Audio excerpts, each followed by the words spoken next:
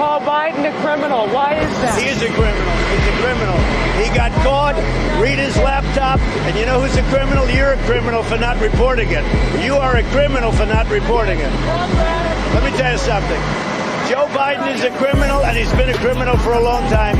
And you're a criminal in the media for not reporting it. Now, if I didn't know any better, I'd say that you're looking at running for president. Do it. Do it. Look at me. Do it. I will personally write you a campaign check now on behalf of this country, which does not want you to be president, but which badly wants you to run. I am officially running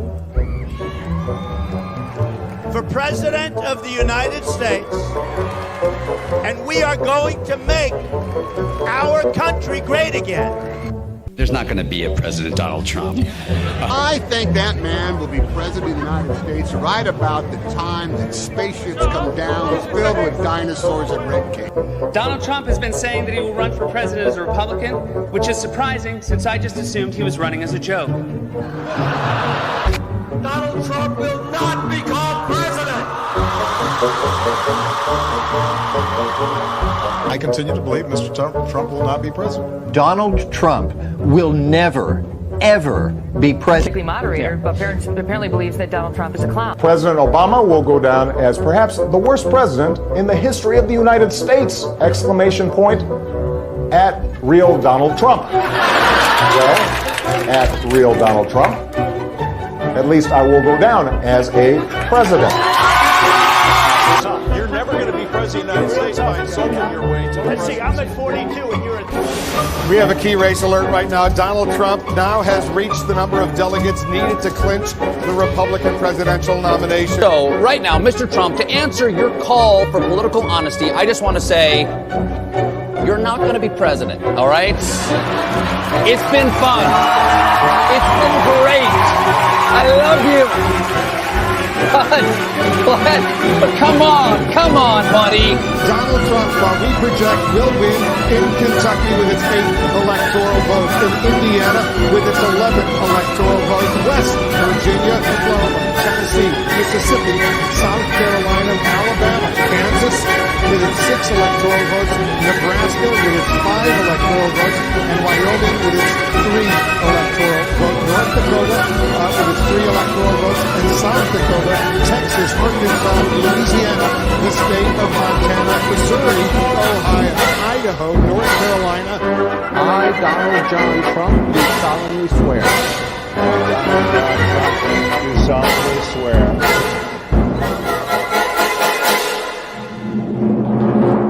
Together, we will make America great again.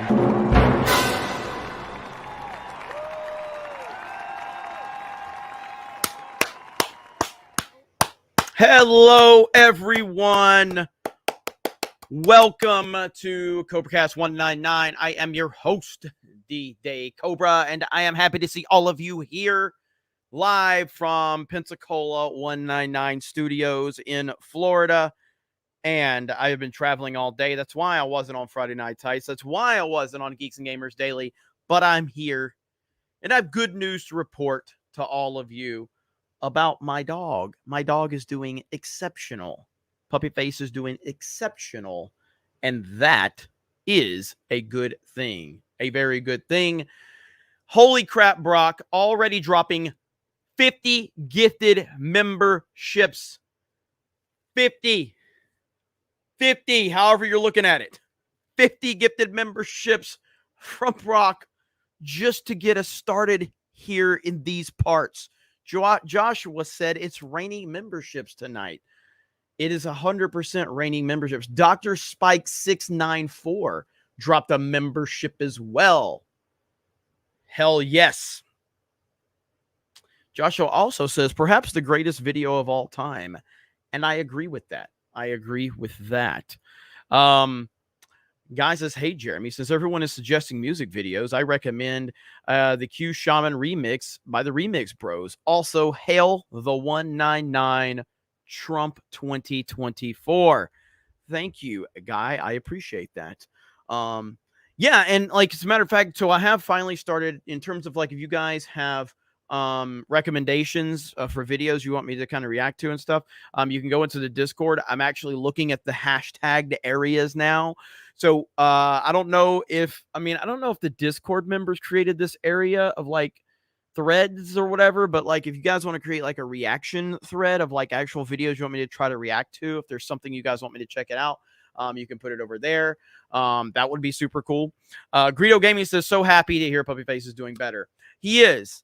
He's a very old dog, and so I don't want to get my hopes up or anything. But he went to the specialist and they gave him some different medication, and he's just a different animal right now. I don't know if it's false hope or not. Take it day by day, but all I can say is he's more active than he has been in a long time. He's alert, he's happy, he's moving around, and it's great to see. So we will see how each day goes, but it really is awesome to see. Anthony dropping $1. What's up, Anthony? Brock just dropped 50 more gifted memberships. We are not even 10 minutes into tonight's episode, and Brock has already dropped 50 more gifted memberships. My goodness. Look at Brock with the $2 for Puppy Face. Hell yes, for Puppy Face. He's an awesome dog. Somebody asked how old he is. He's like 14 years old. So he's definitely he's a little chihuahua. But he's doing okay. And all we can do is take it day by day at this point in time. Dogs are the best. Dogs are family. They are literally the best, pets ever. I love dogs. For a long time, I've always wanted to do something like, guys, I've talked about this before in the past with like Geeks and Gamers and the evolution of Geeks and Gamers. I don't want it to just be specifically about entertainment. I want Geeks and Gamers to have our hands in a lot of different things. And I wanted to create some level of like nonprofit animal shelter, if we could, for certain locations, because I hate seeing homeless dogs. I can't stand it. It kills me. It tears me up every time I see it. I have a soft spot for dogs. That's just who I am. And if we could do something to help dogs, less fortunate dogs, that would be great. But that's just part of the long-term goal. So we shall see. But thank you so much, guys. Thank you, Brock. James says, look up X-Humps for dogs to help Puppy Face. I think you mentioned that before, Jameson. I think you mentioned that before. And yeah, so there's a few things to talk about. We've got this whole Best Buy story, and I personally have a personal connection to the retail side of things, because that was what I did for 15 years before, I created Geeks and Gamers, and luckily ended up on the path that I'm on. But I'm really following this Best Buy story, because as I've talked to many of you guys about in the past, like, I couldn't imagine what it would be like to be in the retail world now with all of the politically correct bullshit and the identity politics and how they're actively going after white people. That's truly what they're doing, especially straight white men. They're targeting straight white men. And the story that James O'Keefe broke is crazy. And I hope that look, I know people that work at Best Buy. I know some people that are fans of Geeks and Gamers that work at Best Buy, and they're really awesome people. And this is the struggle that always happens with these corporations and this bullshit, is that good people ultimately get caught up in this. And that's the sad reality of it. I mean, as much as I go after Disney, like, we have a theme park channel that we cover theme parks at, whether that's Universal, Disney, or other theme parks. I go to Disney to cover for stuff for park hopping. Literally, people that are employees at Disney see me, recognize me, and tell me how much they love what we're doing at Geeks and Gamers. It's not just a small group like this. Every time there's multiple people that say it, like, dude, thank you for what you're doing. Please continue to call this bullshit out. We are sick and tired of it. Obviously, we can't say anything because we're employees, but like, call it out, and that's what sucks about the whole thing. Sad reality of where we are. But this Best Buy thing is insane. And Best Buy is in a bad spot right now to be doing something like this, because Best Buy, that is a company that you literally don't have to ever go to Best Buy. You can almost find anything that you need at Best Buy at Walmart. And if you can't find it at Walmart, you're more than likely not going to find it at Best Buy. So you're going to have to go to Amazon anyway. So they're not in a good position at all. Not in a good position. Jared the American becomes a new member. Thank you. Zenny Biscuit in the house. I'll get that one. Hayden Wayne. My last big one for a while. I made a stupid decision, as Gary called it the other day, laughing my ass off. You guys know it. I'll post a pic in the CobraCast Discord for those that were asking. Much love, everyone. I'm always around, even lurking sometimes. Hail CobraCast. Hail the 199. Hayden, I love you, bro. I appreciate you. Like I've told you, I've told everybody. I know we meme on the super chats and everything and the gifted memberships. Obviously, it's appreciated, and you guys literally keep this whole thing moving forward. Like I said, I have a big meeting next week with someone, and everybody that I meet with, they pay attention to this channel and the enthusiasm and the people that support us. But you never have to give me a dime in order to support me. You never have to give me another dime. You never have to give me a dime in the first place. If I earn your support, then great. If I don't, then I'm not doing a good job, or maybe you just don't have the means to do it. That's totally fine. There's no pressure to ever support me financially. When it happens, it's obviously awesome, but take care of what's at home first. Take care of what you have to take care of.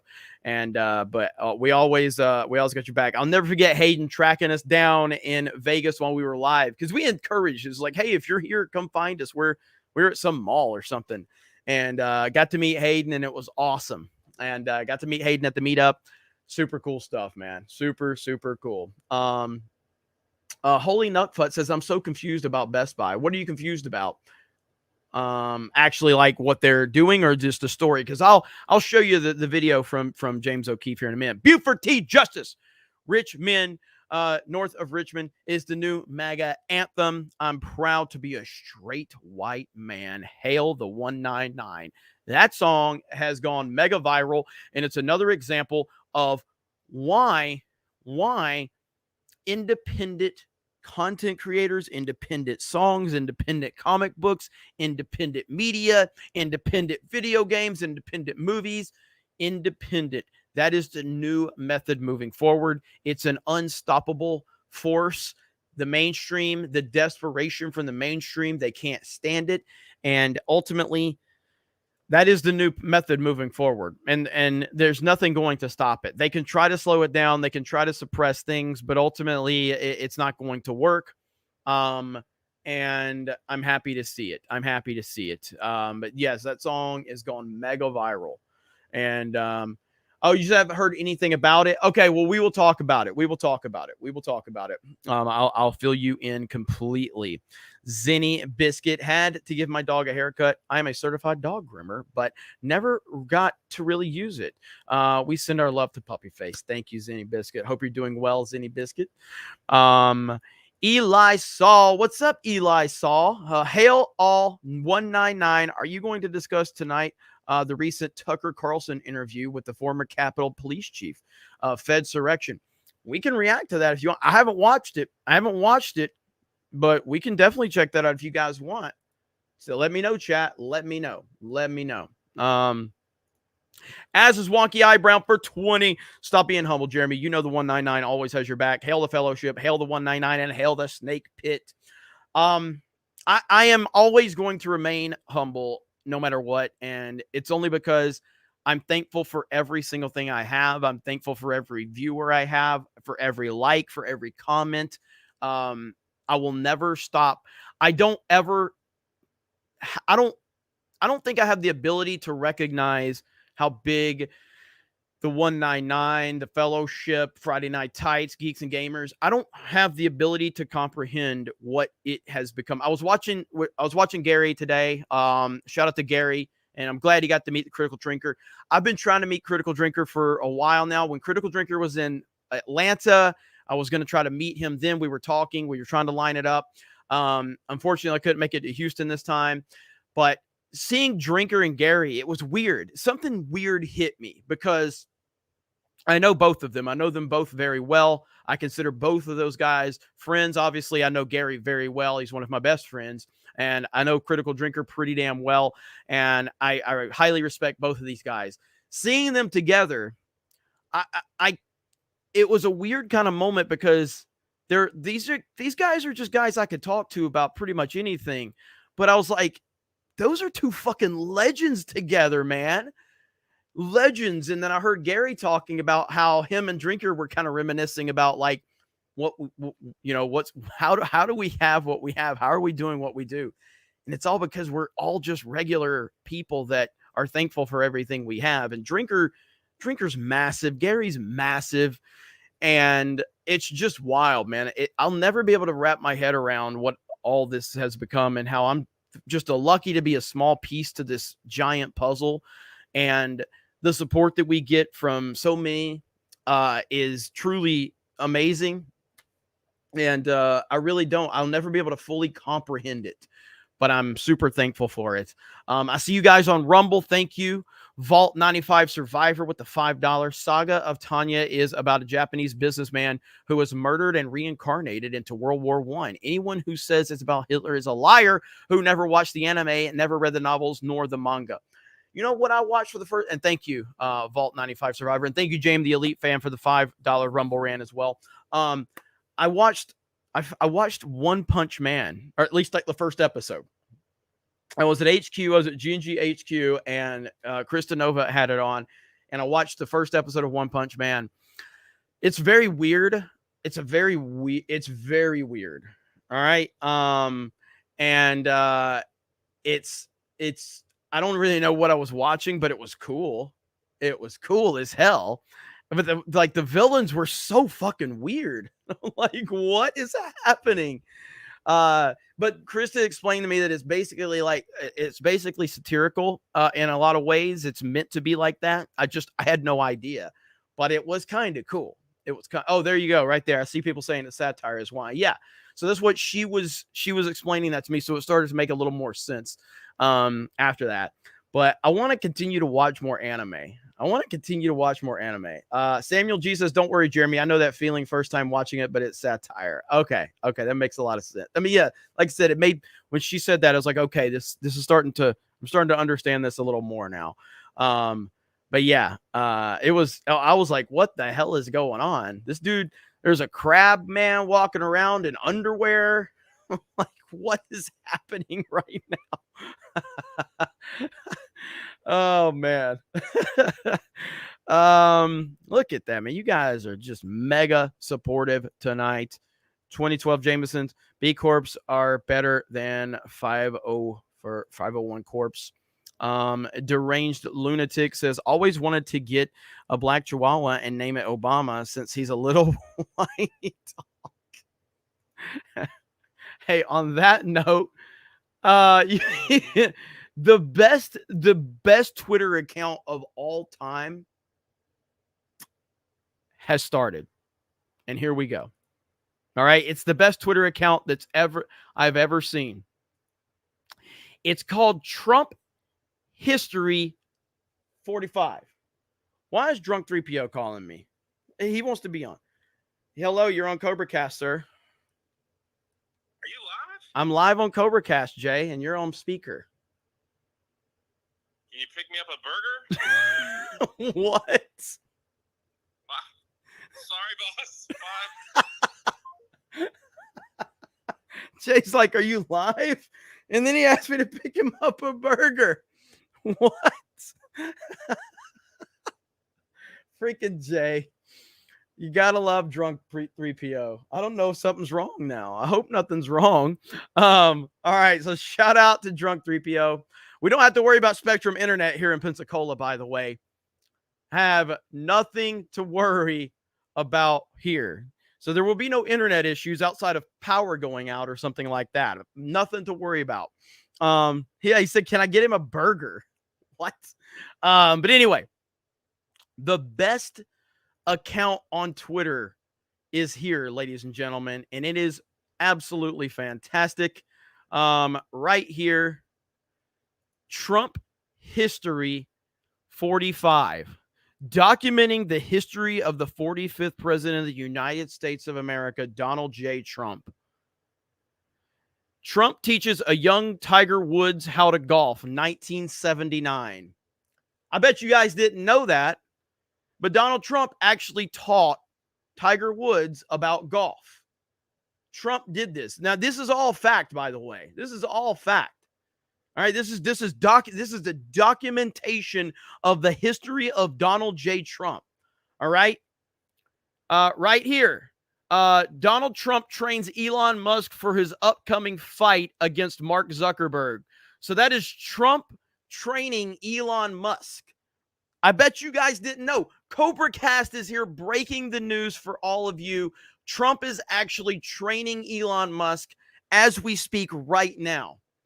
All right, as we speak. We have Donald Trump congratulating Kobe Bryant in the locker room after the Lakers won their 16th championship. Rest in peace to Kobe, the Black Mamba, the legend. And there is Donald Trump embracing him. They had a great close friendship. Here's Donald Trump creating the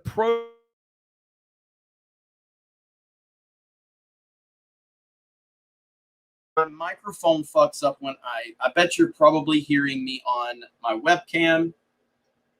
My microphone unplugs sometimes, so give it a minute and I'll fix it. Give it a second and it'll be right back. I know you're hearing me on shitty microphone right now. Now, there we go. I'm back. But yeah, so there's Trump right here. And again, you guys probably didn't know this, but this is him creating the prototype for the very first light bulb. All right. Amazing stuff right here. Here's Donald Trump and Elon Musk designing the prototype for the first Tesla Roadster. Okay. I bet you guys didn't know that was actually Donald Trump right there in front of the tank. You had no idea, did you? You had no idea. All right, Lost Tales, have a good one, buddy. Have a good one, man. Right here, 1857. 1857. You guys didn't know Trump was around in 1857, did you? Huh? We owe Trump's... I hadn't seen this one. I hadn't seen this one.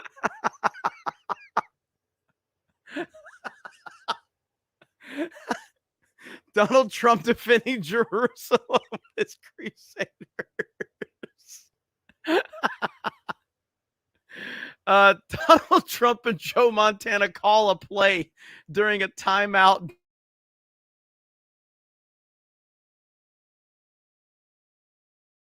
I gotta stop sharing my screen.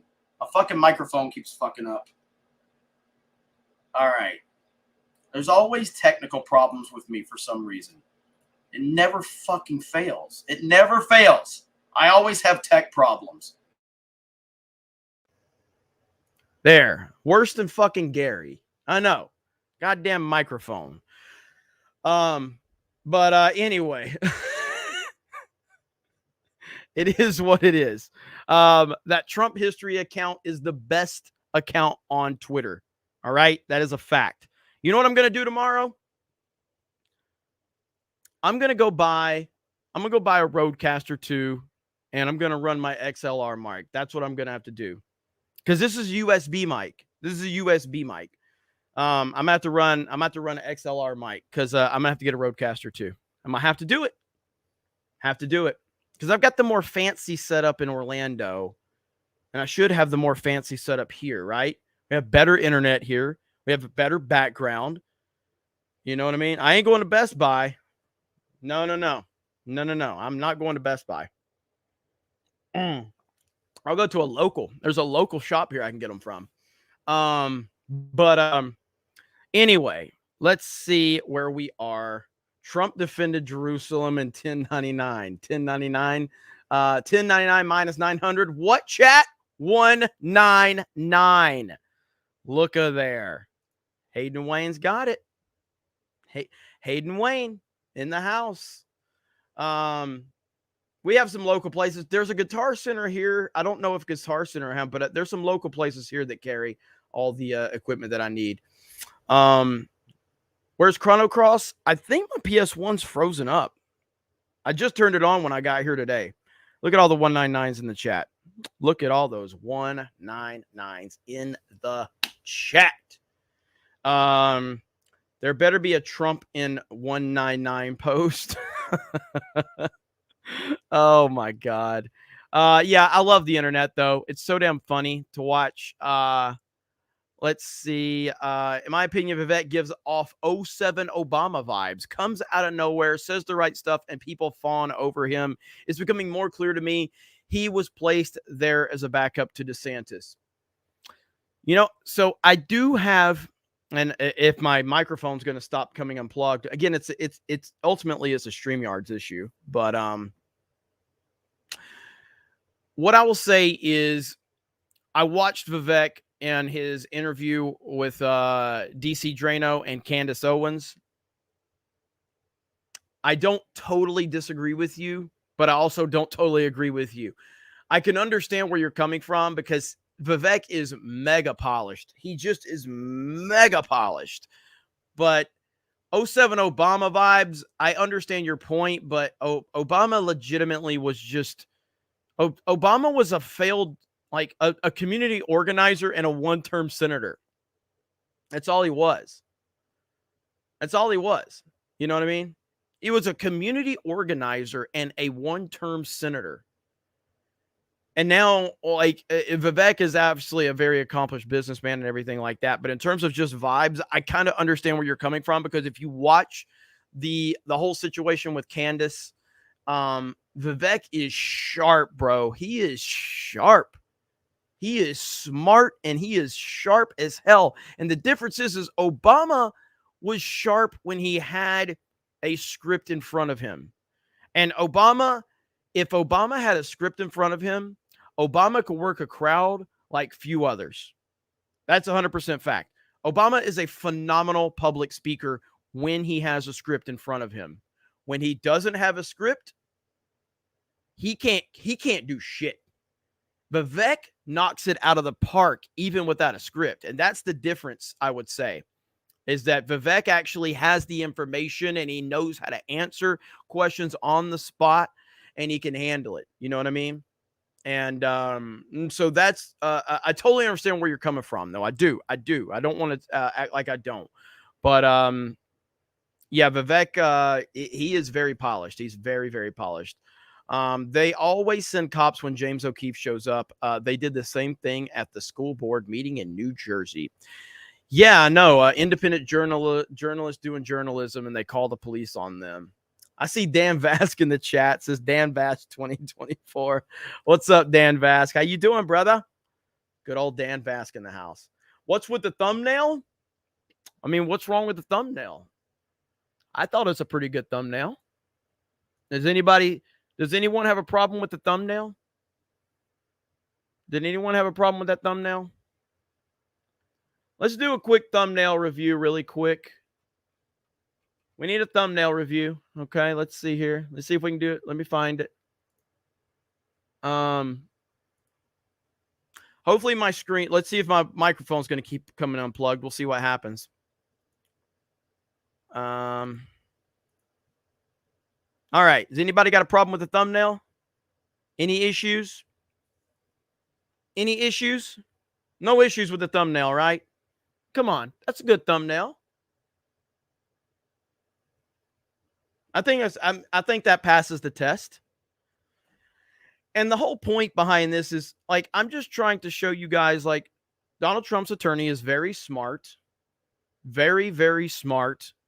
She's got all the right assets needed for an attorney to stand with our great 45th president of the United States of America. That's all. That's all. So I think it works. I think it works.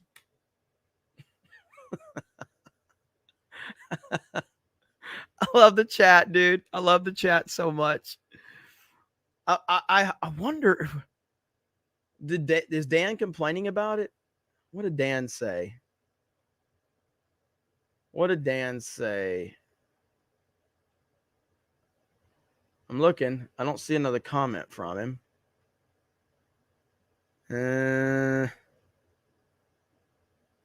All I see from Dan is the Dan Bass 2024.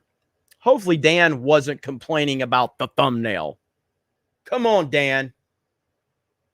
Okay. He says, I like the thumbnail. Okay. Dan does like the thumbnail. He likes the thumbnail. Calm down, everybody. All right. Calm down, everybody. Let's watch a little bit of Vivek and let's show how sharp this guy is. So he was on with DC Drano and Candace, and they were talking about some of the things that people have had concerns with him. Hopefully my microphone doesn't continue to get unplugged, but we will see what happened. Nerdy Neo says, D-Day Cobra, just leave Alina on screen. We don't need to see you. I mean, you're not wrong. You're not wrong at all.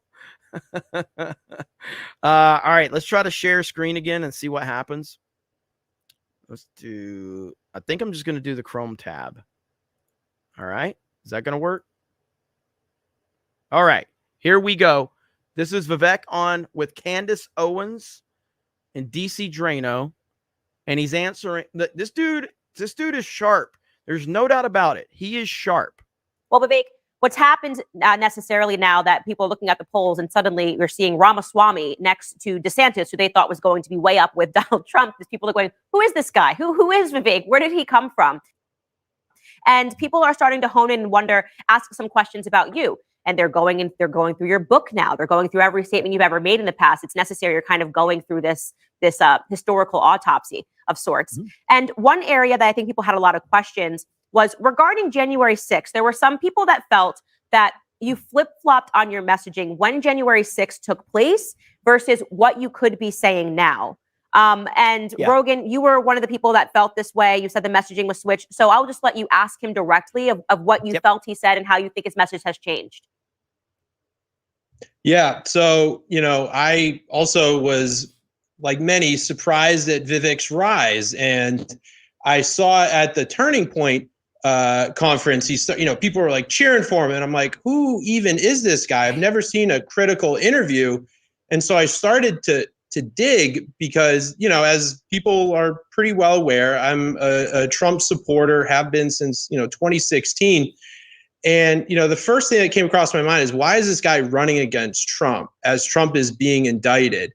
And then I started to dig a little deeper on, Twitter, and I came across some passages from your book. And I don't know which book it is. It's one of the two, but it talks about January 6th, and it says, it was a dark day for democracy. The loser of the last election refused to concede the race, claimed the election was stolen, raised hundreds of millions of dollars from loyal supporters, and is considering running for executive office. I'm referring, of course, to Donald Trump. Do you think that the 2020 election was fair? Do you think that Joe Biden got the most votes in American history, or do you think 2020 was rigged? So I'll answer that. I think 2020 was rigged specifically by big tech, but I just want to say something at the outset, because this is the first time we're meeting, is that I've actually been a longtime fan and of your tweets particularly. And let me just say, because I've already heard his response. This is a very common tactic to charm someone before you answer. I'm not saying it's a bad thing. I'm just saying it's clearly a tactic, and he's using his tactic. I understand that I did a little bit come out of nowhere, right? I was in the business world. I had no public footprint at all until 2020, and then really 2021 when I stepped down from my job as a CEO. So I invite the scrutiny. Some of it's bad faith, but then I take someone like you, and I understand your heart is actually in this for the country as opposed to some of the other trolls. And so that's why I'm engaging with this directly. So let me be really clear about something. I've written 3 books in the last 18 months. That passage has now been floating around Twitter. I'd encourage you to read the book, or at least even the chapter that came from. Those lines were tongue-in-cheek, in part because those were the opening words of the chapter. It was a dark day for democracy. The winner refused to concede the election, raised hundreds of millions of dollars. Those exact words. I'm referring to, of course, Stacey Abrams. That was literally the opening paragraph of that chapter. And that is true. That is what Stacey Abrams said. He's quoting Stacey Abrams, and that's a really solid answer that clears up a lot of the confusion on that particular part of his book. And it turned out that those words were literally borrowed from a description of somebody else criticizing Donald Trump that I then cut and pasted. So look, I have detailed messaging on all of this, but you read that chapter and you read that book, it's easy for someone to airlift something out of Nation of Victims without reading the whole book. It was literally a satirical chapter that started with those words that someone had used against Donald Trump with Stacey Abrams as the punchline. And here's the things about the books I've written. I wasn't writing them with any intention of running for president, right? And so otherwise you'd read them and can this be misquoted? No, these are, if I may say so myself, I would say intellectual books. These are not candidate books, okay? These are books that were written in part of a career, 3 books in 20 months. Candace, and probably you, I don't know if you've written books as well, understand what it takes to write one. I've written 3 and they're not candidate books, are deeply introspective books. So much so that actually even some of the things that I said in Woke Inc., I've moved a little bit from today. What did I say in that book? And I stand by it today. 2 things that I think are really important points. The 2020 election was stolen principally by big tech. The Google search algorithms that suppressed actual stories that you could have read on Donald Trump. Hunter Biden laptop story, suppressed on the eve of an election. There's definitive data showing that actually would have changed the outcome of the election. I personally find that data, just like in terms of the raw numbers, even stronger than the data that's yet been presented on ballot fraud, though I think both existed. It's a hell of a lot more than big tech. It's a hell of a lot more than big tech. And when I first heard this, I did not like that answer. But DC Drano holds his feet to the fire, which is why this interview is good, because DC Drano is there. And DC Drano does not waver at all during this. But I didn't like the fact that, like, yeah, big tech was obviously a problem. That ain't what we witnessed on election night. We witnessed something completely different on election night. And even with big tech, it still wouldn't have mattered. But we saw what happened on election night. I've been very clear about where I stand on ballot fraud. Single day voting, election day as holiday, has to be paper ballots. And by the way, government issued ID matching the voter file. But I think what's more important to understand as well, and I talk about this in this book, is 2016 was actually even the other election that was stolen from Donald Trump, the election that he supposedly won, where he wasn't allowed to govern for those 4 years. And so the only thing I would say is there will be a lot of things that you and I may have slightly different points of view on. I think these will exist. But all I'll ask is, I know you're an intellectual as well. You're a guy who cares about the country. Read the books, not some sort of screenshot from Twitter of a purposefully airlifted passage. And about January 6th, what Candace mentioned, and I saw this in one of your tweets too, and I just want to address this. Brock's asking chats if they want another 50. Broken, just so you're aware. Somebody floated a passage where I said what Trump did that day was reprehensible on January 6th. I said this shortly thereafter. And again, that's another airlift. Read what it was. That wasn't a tweet from me. That was a reply to somebody else's tweet in response to a Wall Street Journal piece that I wrote 2 days after January 6th, or in the days after January 6th. He literally said, there's a tweet from Vivek where he's talking about what Trump did on January 6th. He said something about how it was disgusting or something like that. Trump did nothing wrong on January 6th. Trump did nothing wrong. Period. End of discussion. Trump did nothing wrong. They ignored all of his requests. They all knew what they were trying to do. Trump did nothing wrong. Nothing. I wrote a piece in the Wall Street Journal that said that censorship, systematic censorship in this country, was the cause of January 6th. And in particular, it was government using tech companies to silence speech. And I said that that would be a friendly parley compared to what's to come. Somebody then asked me, do you excuse what Donald Trump did on that day? And I wanted to be clear, and it's something I'm saying today too, is that no, I would not have handled January 6th in the same way as Donald Trump. And that's a fact. And maybe you and I can disagree on that. I said it. And again, this type of stuff pisses me off right here. Nobody knows what it's like to be Donald Trump. Nobody can sit there and say, oh, I would have handled. You wouldn't even be in the position if you were dealing with even a fraction of what Donald Trump deals with consistently. You wouldn't even be in a position to have to make decisions on January 6th because Trump deals with more shit than any human being on the planet. He deals with them spying on his campaign. He deals with them lying about him, targeting his businesses, targeting his family, targeting his friends, targeting his campaign, throwing people in jail just so they'll throw him under the bus. Nobody knows what it's like to be Trump. So to sit there and answer and say, oh, I would have done things differently. You wouldn't be there. That's what I don't like about that. Then I stand by it today. But just like I said in the days after January 6th, which caused multiple advisors to my company to resign, which caused me to face great personal cost in the seat that I was in as a biotech CEO, that's the same thing I'm saying today. And so that's a long way of saying we may still have our disagreements, but I'd love to have those disagreements with the full context of what I've said rather than airlifting passages. I'm not accusing you of doing that, but that's what I've seen circulating a lot. And let's have real disagreements instead of fake ones. That's all I would say. So Vivek, I'm just going to jump in here because I did not know, obviously, what you were going to say as an answer to that. And guilty as charged. When I saw the things being passed around, I actually thought maybe he actually did say this. And I will completely own the fact that I did not read it and I cannot defend. I cannot further offend it because obviously what you're saying in defense makes sense that it was airlifted. Rogan, did you actually read the full chapter either, or did you also see what was circulating? Okay. So what's funny about that as a Trump supporter, it's not my main point, right? Yeah. So let me preface by saying I respect Vivek for coming on and having this discussion, knowing that I'm a very vocal critic.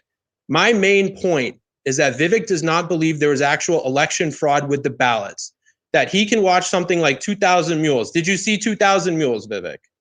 I've seen part of it, I have to admit. I did not finish it, but I highly recommend you. If he would have said he hasn't seen it, that would have been a better answer than I haven't finished it. If you started 2,000 Mules and you didn't finish it, that to me is far worse than just not watching it at all. That's a bad answer. That's a bad answer. Just saying. You go watch it because it's probably one of the most important documentaries in recent history that showed massive systemic election fraud across this country. And to me, as a vocal supporter and just a voice for the MAGA base, I will say, if you do not believe that there was election fraud beyond what big tech suppressed, that they are not muling around hundreds of thousands, if not millions of ballots, that if at 3 a.m. in the Detroit TCF arena, they didn't drop off hundreds of thousands of ballots on video, that the Gateway Pundit has exposed, that they were banned from Twitter, that there was no Republican supervisors, that we saw vote spikes in Wisconsin, Michigan, Pennsylvania overnight in the dead of night, that they shut down Georgia for a water pipe break, and then suddenly they pull out ballots out of under the table and start counting. If you don't think that there's election fraud, in my opinion, that is disqualifying for anyone running in the GOP, because this is not politics as normal. Let me just say one thing to that about my view. Is aggressive. They are I want to coming just after jump us. in here. I just want to jump in here. And so first and foremost, I will say that I believe that there was election fraud. And I've made that statement over and over again. I do too, I've tweeted that. Yeah. I mean, by the way, mail-in ballot fraud, 100% agree with Rogan on this point. I do want to say, let's not bifurcate here, because it is relevant to say that there are quotations being passed around that are out of context. So I do want to own that and say to Vivek, thank you for explaining that. It is relevant that you were using something that was pertaining to Stacey Abrams. To move on the discussion to talk about mail-in ballots is actually really important as well. So first off, Rogan, to ask you this question, and only because I only found this out. Can I just say one thing? Yeah. Can I say one thing quickly to clarify my view here? I, based on everything I've seen, believe there was absolutely ballot fraud. Rogan, here's one of the things I'll say is we all have our areas of expertise. Until I decided to enter the political arena, as opposed to criticizing stakeholder capitalism and the World Economic Forum agenda and central bank digital currencies and ESG, where my focus has been, this has not been an area where I've dived as deep. So what I will say is, yes, there's been ballot fraud. What I see that is damningly convincing, driven by data, is that absolutely, I have seen enough data to know that the 2020 outcome of the election would have been different if the Hunter Biden laptop story had not been suppressed, if Google had not made an illegal campaign contribution of the largest scale in human history to the Biden campaign by suppressing and changing the way search algorithms work. So then why are you running against Donald Trump? And to be clear, I do like Vivek. I do. I'm not in love with him as a candidate, but I like him. But like I said, he's a smart guy.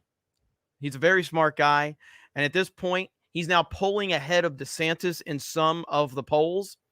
You have went from literally an unknown to now you're pulling ahead of DeSantis. You're second place in some polls.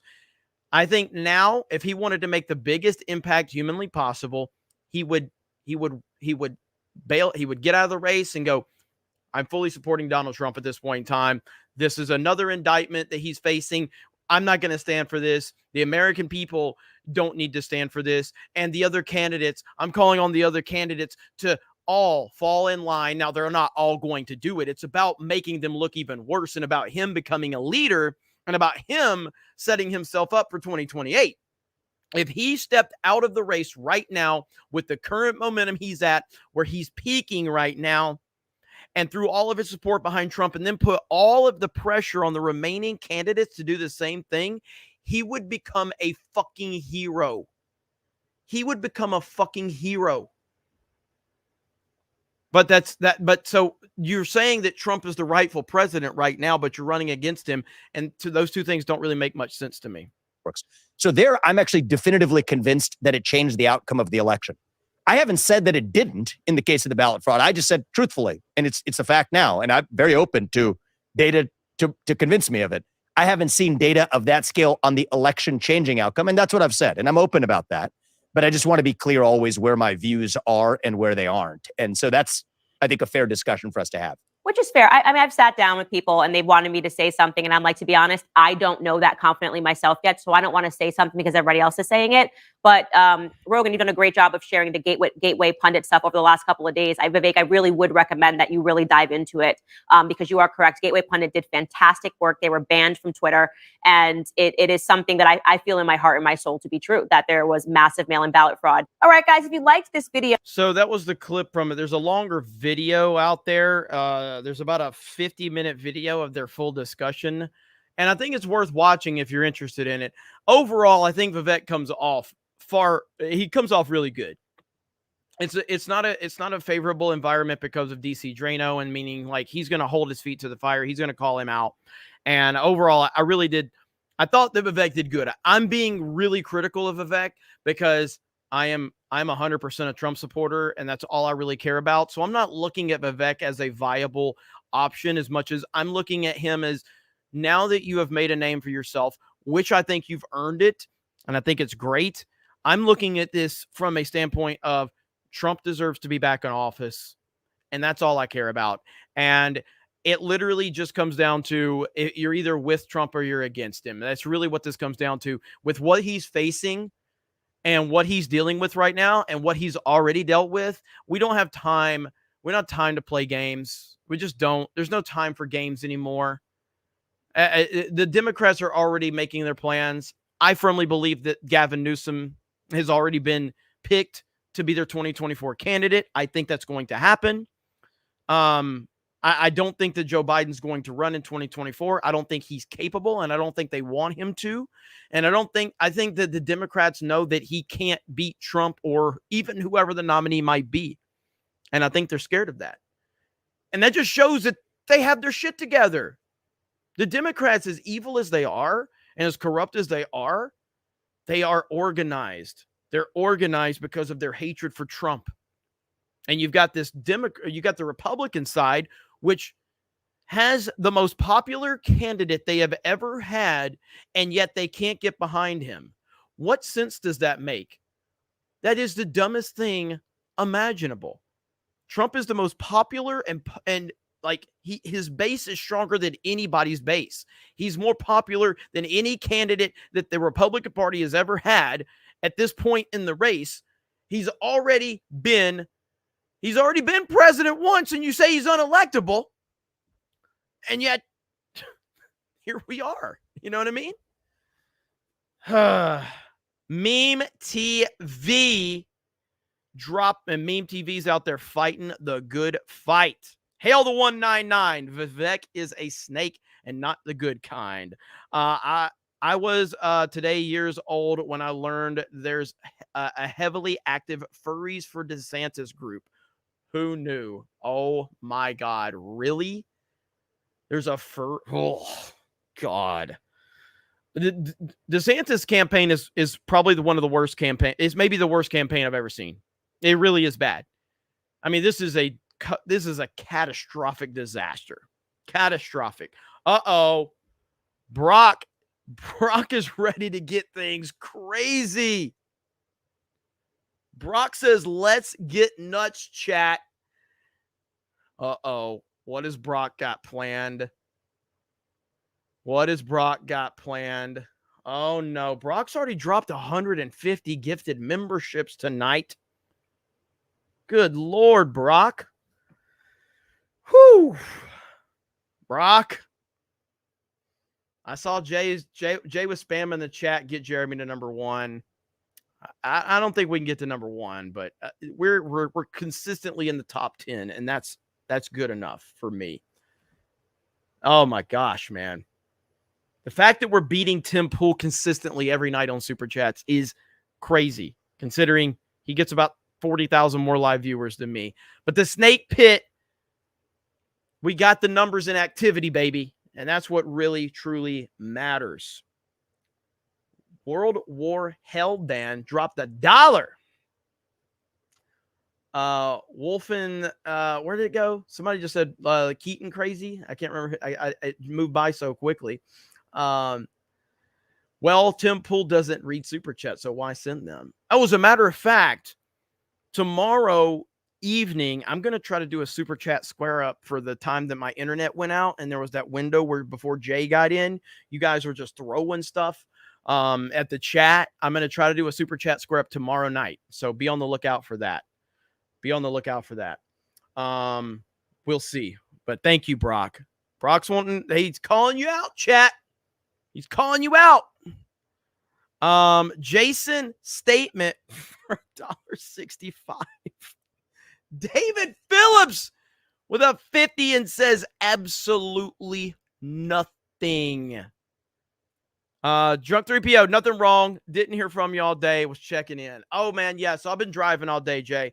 That's all. So I was traveling back to Picola, man. So I hope you're doing well, buddy. I'll call you afterwards. Bilbo T. Baggins. Hail, Jeremy. Hail, Snake Pit. You should do a park video next month, LOL. I'll be at Disney World for a week, only going because my daughter's first trip and because I want to build my own damn lightsaber, LOL. Trump 2024. Let us know, man. So, Jay, are you still in the chat? Jay, we have not publicly announced who's going to be in Orlando next week, correct? I don't think we have. So, okay. Yeah, we haven't publicly announced who's going to be here, right? And thank you, David. Thank you, David, for the 50.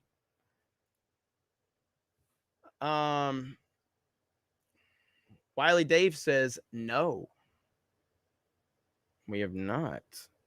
I'm waiting for Jay to confirm really quick. Waiting for Jay to confirm.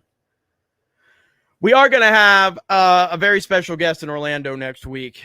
And we're going to be doing some live streams with them and some content. We have not. Okay, we have not. So I'm not going to announce it. So just understand that we're going to have a special guest. It's a fellow YouTuber. Fellow YouTuber.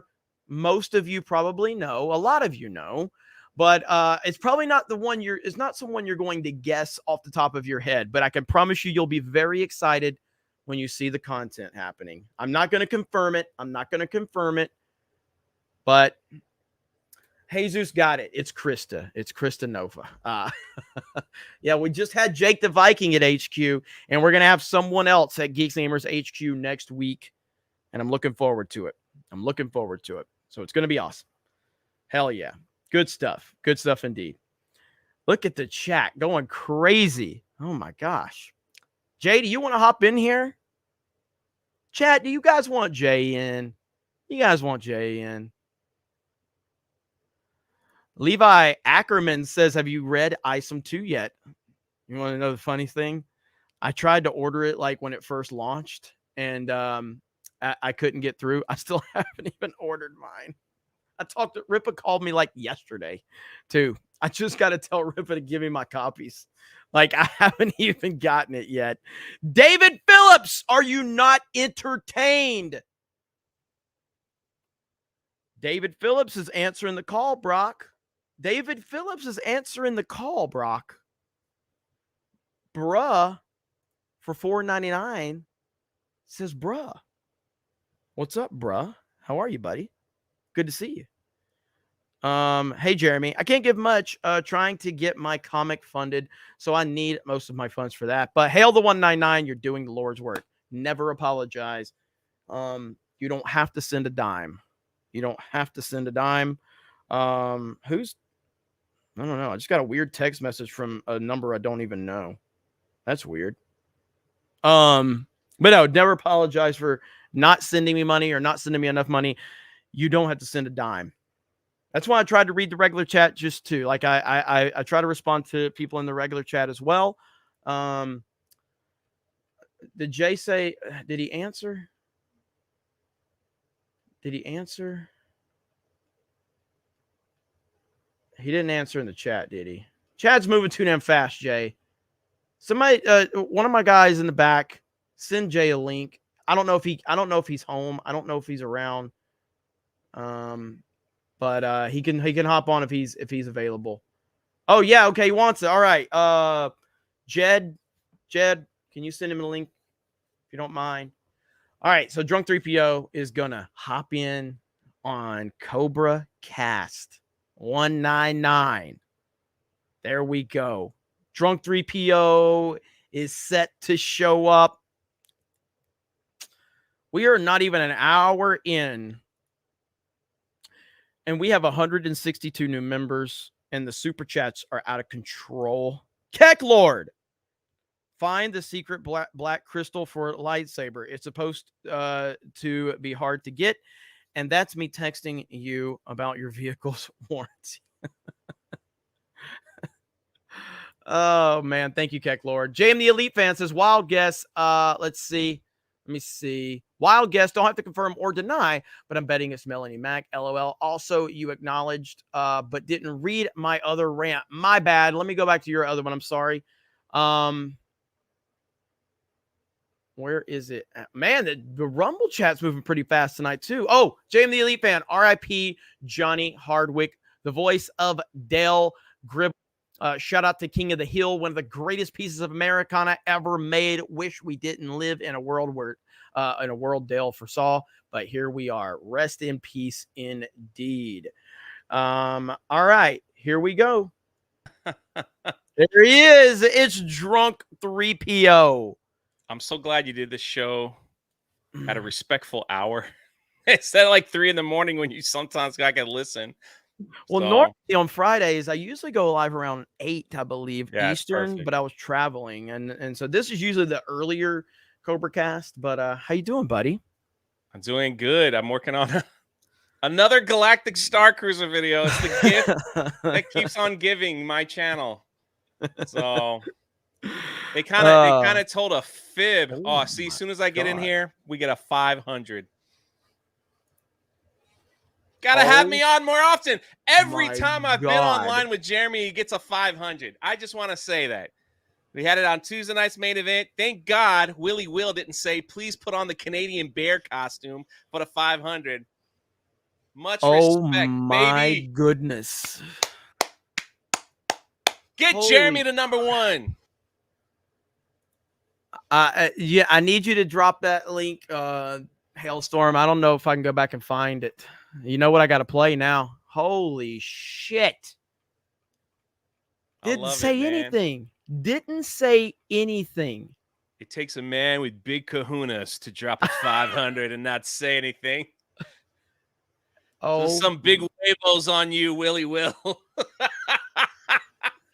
I'm just saying it didn't happen till I showed up, Chad. Just wanted to throw that out. The Jay Hailstorm, if you can drop that clip again so I can save it, but drop it in the CobraCast chat. I'm not going to go all the way back and look for it. What I am going to show is a picture of Willie Will walking. Okay. I know exactly what you're going to play. Woo. This is a real picture of Willie Will walking in here, okay? Here we go. No chance. I'm not going to play the that's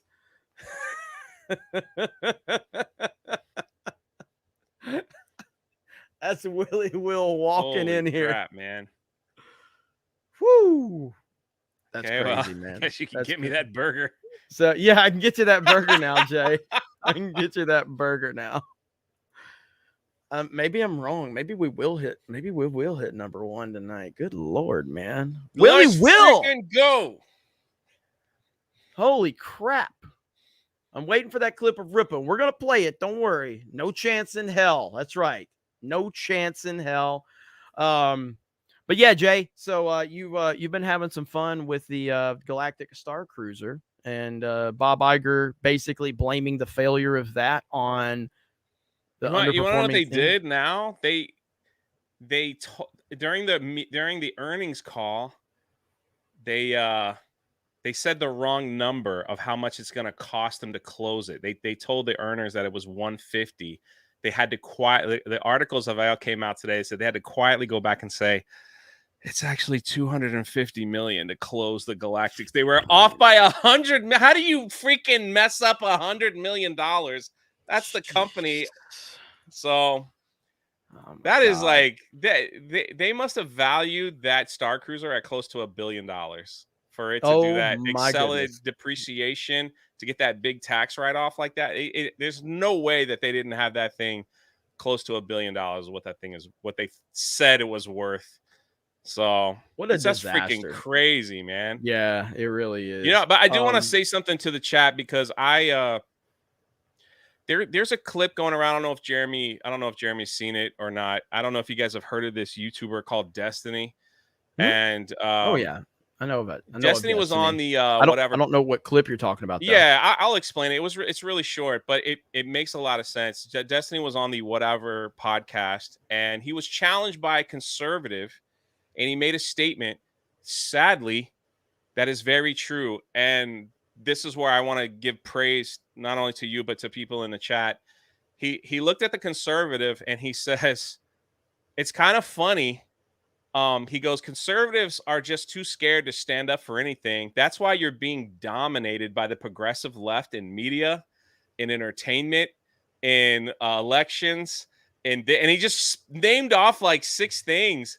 And he goes, maybe y'all should speak up a little bit more. And it's like, I sat back going, I hate to say it, but man, he's kind of true on some of that. Now, I'm not saying that the media is good, but the beautiful thing is, with shows like this and everyone in the chat that is supporting shows like this and like speaking up and everything, it's like it makes me feel good to know that we're just tired of it now, and people aren't going to take it anymore. And we are going to speak up, and we are going to show up, and we are going to take our country back. And we are going to, like today, man, Biden just asked for another $24 billion to go to Ukraine. I don't know what you guys think about that in the chat. I freaking hate it. Oh, it's fucking bullshit. Hate it. It's like we got to have America first. What the freak? There was a whole video of all right. Did you hear that guy's song that went viral? Yes. Mm-hmm. And the lyrics, and that's what I'm saying. That is what most of Americans are feeling right now. The dollar isn't worth anything. I've got to work double overtime on my job just to make ends meet. I don't know why. He's like, the song was like, I feel like I'm wasting my time, and then I just come home and I got to start all over again. And it's just like, yeah, man, why don't you put that money like back into the back into the country? It's such a disaster. Tucker Carlson made the point about how the roads are terrible in so many places, and it's so infuriating. And the Biden family, they are corrupt, but they're probably the most corrupt, but they're in a long line of corrupt families. And it ain't Democrats, just the Bush fucking family, corrupt as hell. Like they're all corrupt.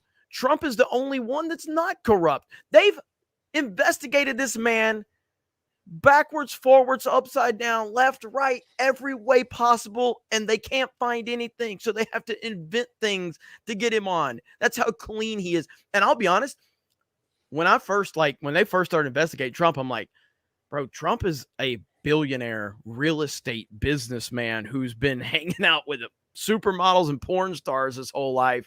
There's probably got a lot. Yeah, there's probably They can't something. find anything.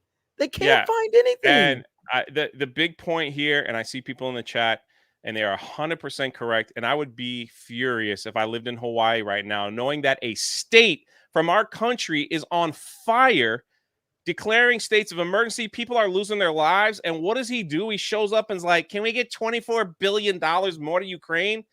Why don't you freaking put that money back into Hawaii, man, in your own country? It just, man, it freaking aggravates the hell out of me, like beyond measure. It's like, first of all this money's coming from everybody in the chat, me and you, everybody that pays our taxes. Like, I'm paying my taxes to go back into this country, not to go into another country. Like, this is unbelievable. This needs to be that we need to have our moment like A Bug's Life. Yeah, A Bug's Life. All right, remember Hopper? Okay, Yeah. and then all the answers like, wait a minute. We outnumber you. The politicians work for us. We need A Bug's Life. That's what we need right now. But here's what we really need. Willie Will, I found your video, buddy. Here we go. This is for Willie Will. Here we go, right here. And this is how much it was. $500. You know what he says? Nothing. Drop $500 on the table. Looks over at everybody at the poker table. Dropped it on there. Moonwalked right out of the saloon, double doors. Didn't say anything.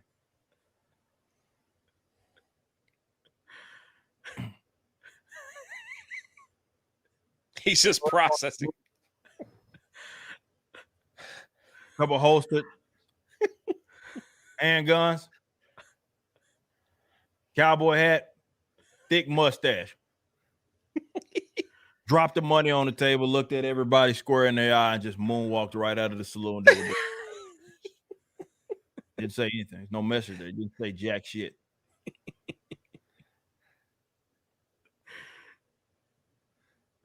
And you have to be a cocky son of a bitch. First of all, it's not cheap. You got to be a cocky son of a bitch to drop $500 and just bounce the fuck out of there. Don't say nothing.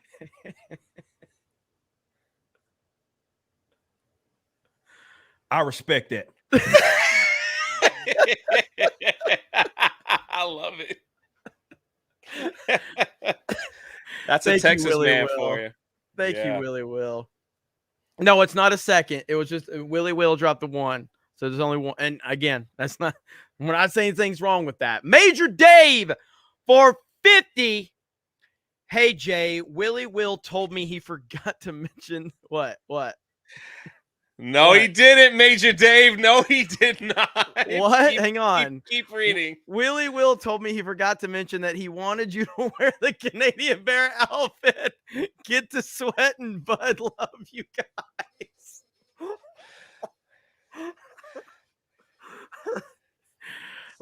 Sorry, man. Someone's got to drop another 500. Say, put the bear thing on for me to go get that. Listen, here's what I want to talk about really quick. You guys know Jay he's been working hard getting his channel back rolling. High Tea Thursdays with him and Beardo is taking off. 750 viewers last week. High Tea Thursdays, Drunk 3PO's channel. You got to tune in, and it's different than anything you've seen. It's like Daily. they just laugh, they carry on, they react to videos. It's really, really good. It's really good. Watch you guys Daily got to check that first out. and head on over. Hell yeah. I'm really happy that Jay has really found his groove with that one. And, Beardo's doing a good job. Him and Beardo have really good We chemistry literally over play there, so. videos of crazy women and ask if it's a red flag or would you do? Oh, man. But yeah, it's good stuff. So I'm proud of you guys for that one. That is awesome stuff. Meme TV. Look at Meme TV. Meme TV out there doing all the work to get Trump reelected. Meme TV, here's another 25 for Jay's bear costume. Saving the 500 dono for this coming Thursday. Oh. So you're going to drop the 500 on High Tea Thursday? Is that what Are you talking about saying it? Man, don't do that to me, man, on my own channel. I retract everything I said. The chat really wants me to fix my PlayStation 1. Let me go fix my PS1, Jay. You handle it. Go ahead, Jay. Talk to the people. Talk to the people. That. Yeah, but yeah, what I was just saying was people here in this chat, and I see some of you guys and other conservative YouTubers and streamers and things like that. It really does give people that have been scared to speak out before. Because they tell us in emails and stuff, they were like, I was scared. I don't want people to know I was a Trump supporter. I didn't want anyone to know that. I saw what they did to people. They shamed to people, all that stuff, And it's like to see everybody in here, like all you guys like supporting stuff like that. And just like, it means a lot to, I'm telling you, it means a lot to a lot of people. Because even Trump talked about that when he was in office. He talked about the silent majority. He's like, the silent majority will show up. Well, the problem is like, I don't know if we can be the silent majority anymore.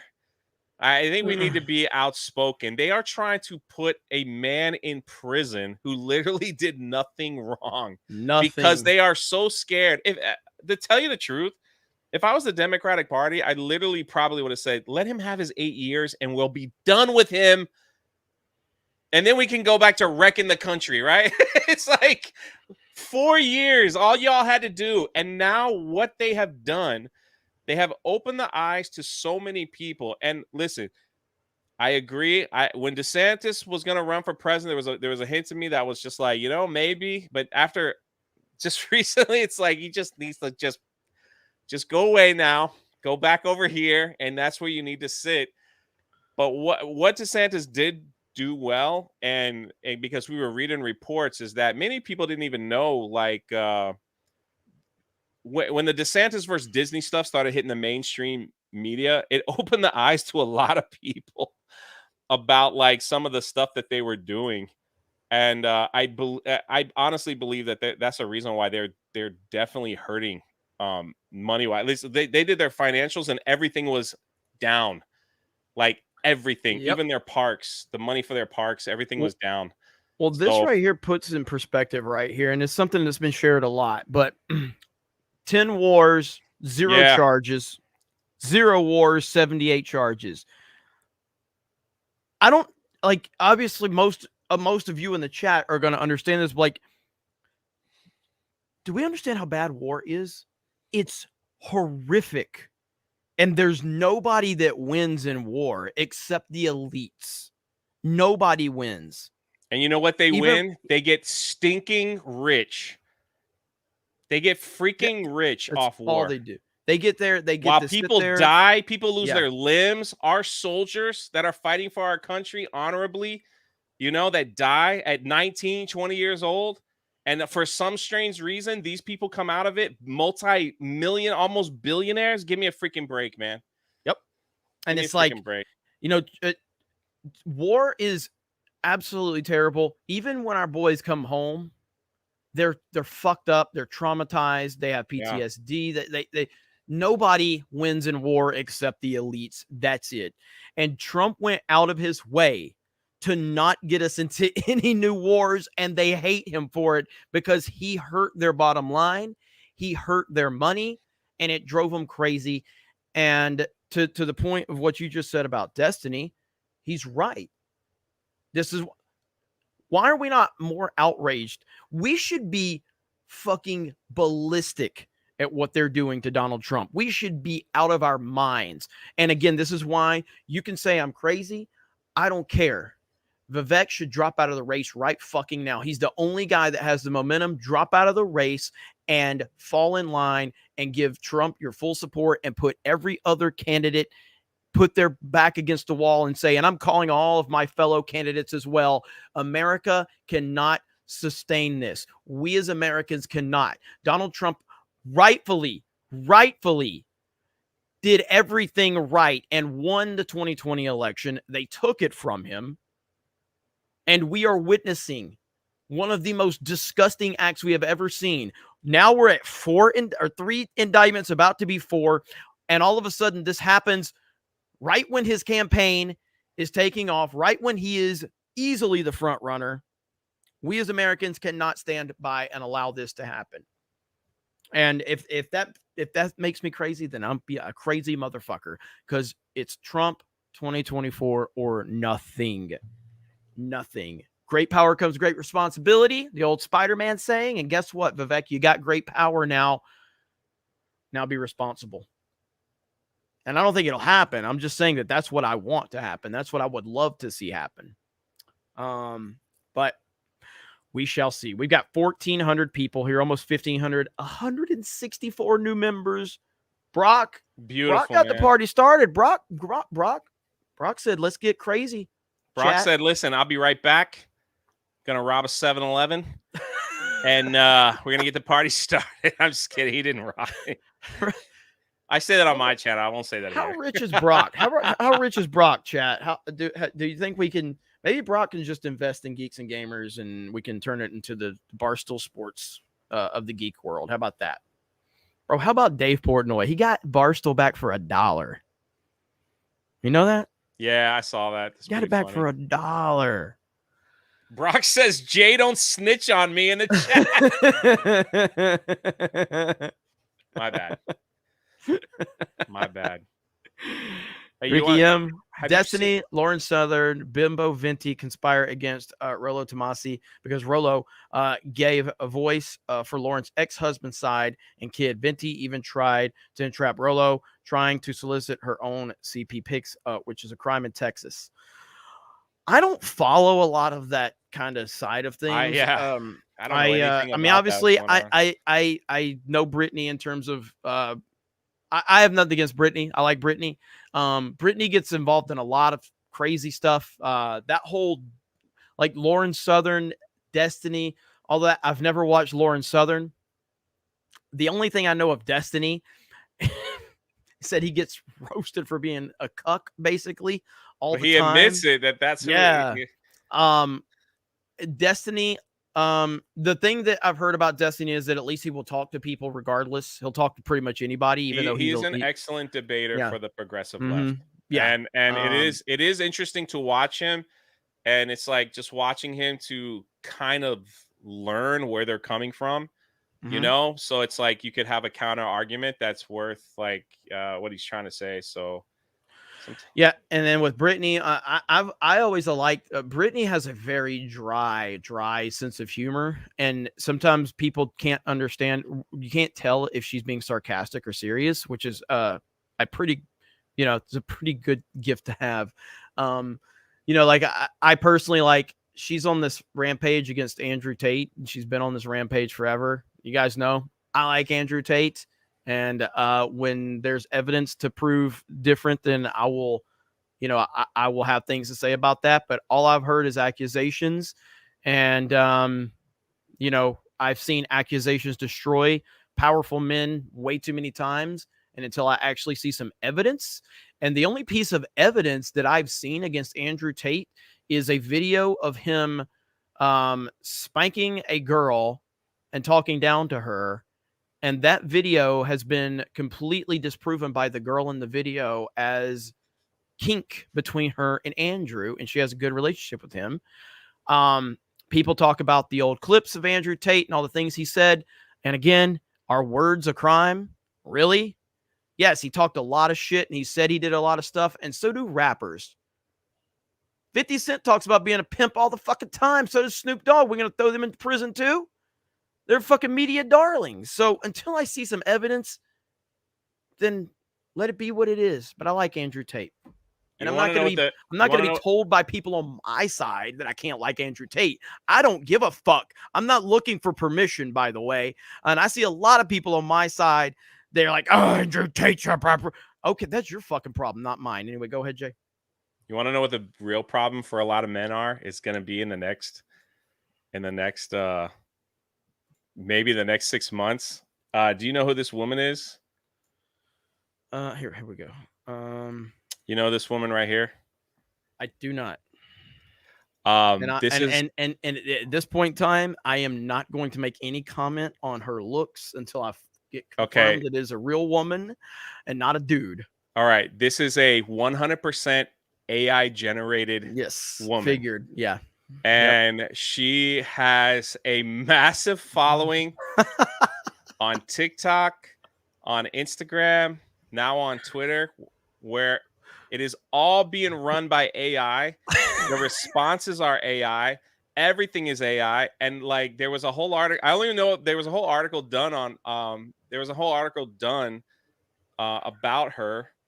And like there's nothing like nude here, but like you could like some of these you could literally tell like that's like AI photos, but some of them like you could just be like that's got to be a filter. And so they're saying that these AI models are going to take down a lot of like because basically now like some people can't tell that it's fake. So these like advertisers are going to them saying, you know, like, can you wear our shirt in your AI? Can you do this? And people like this person that made this character said that he could start up 100 OnlyFans with 100 different women and probably make millions of dollars off guys or whatever platform there is. There's so many others than OnlyFans, but it's just like that's what's coming, fellas. Be careful. First, you had to worry about if it was a guy.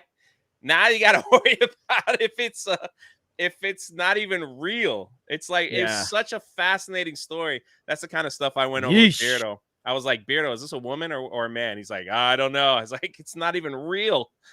It's like it's not even real. That's wild, man. It's sad where we are. And I think Elon Musk has talked about how AI is going to be more dangerous than anything, you know, and he's been saying that for years. Think about it, Jeremy. People make, I didn't mean to cut you. People make thousands of dollars on TikTok and Reels by views. If this guy's just making all this stuff on a computer and they're getting millions of views on he's making a bank and on something that he created in his mom's basement initially. So it's wild, man. Like, jeez, it's wild. That is scary as hell. That is scary. There's gonna be some major catfish stories coming up. Modalist says Lauren Southern released lies about herself, like her and Tim Pool are dating, and Destiny fell for it. See, that's lore that's so like it's so much lore to all of that. And Lauren Southern's been around for a long time. She's been around for a long time. And I've heard a lot of stuff about her over the years. Never spoken with her, don't know her. My penis hurts. Look at that picture. Is that me? We're 50. That is me.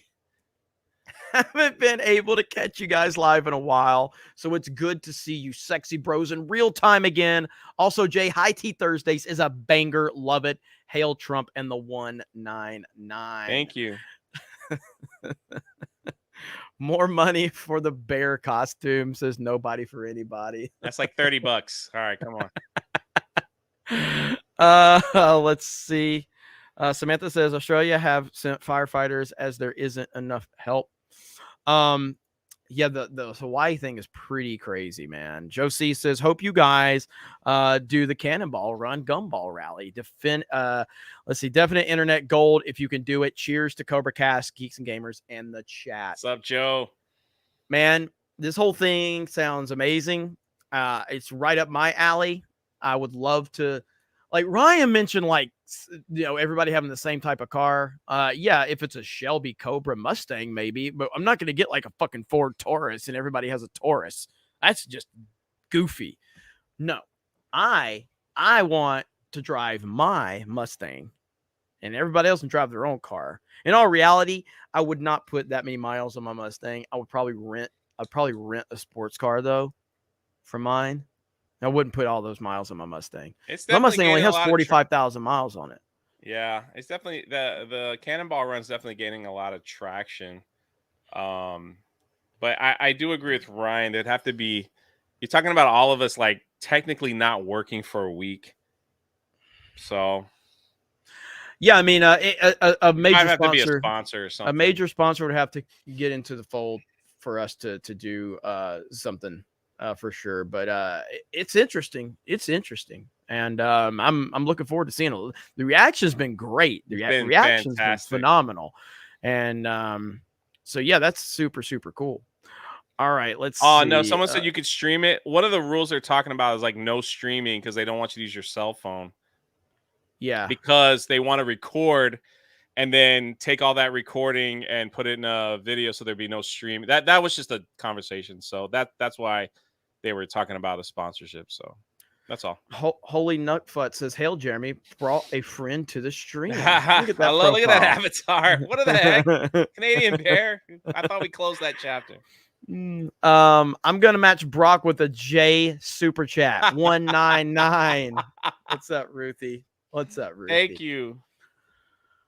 Oh man, you guys are crazy tonight. So the other thing we got to talk about the Best Buy deal. We're gonna play James O'Keefe's video. So this is from O'Keefe Media Group.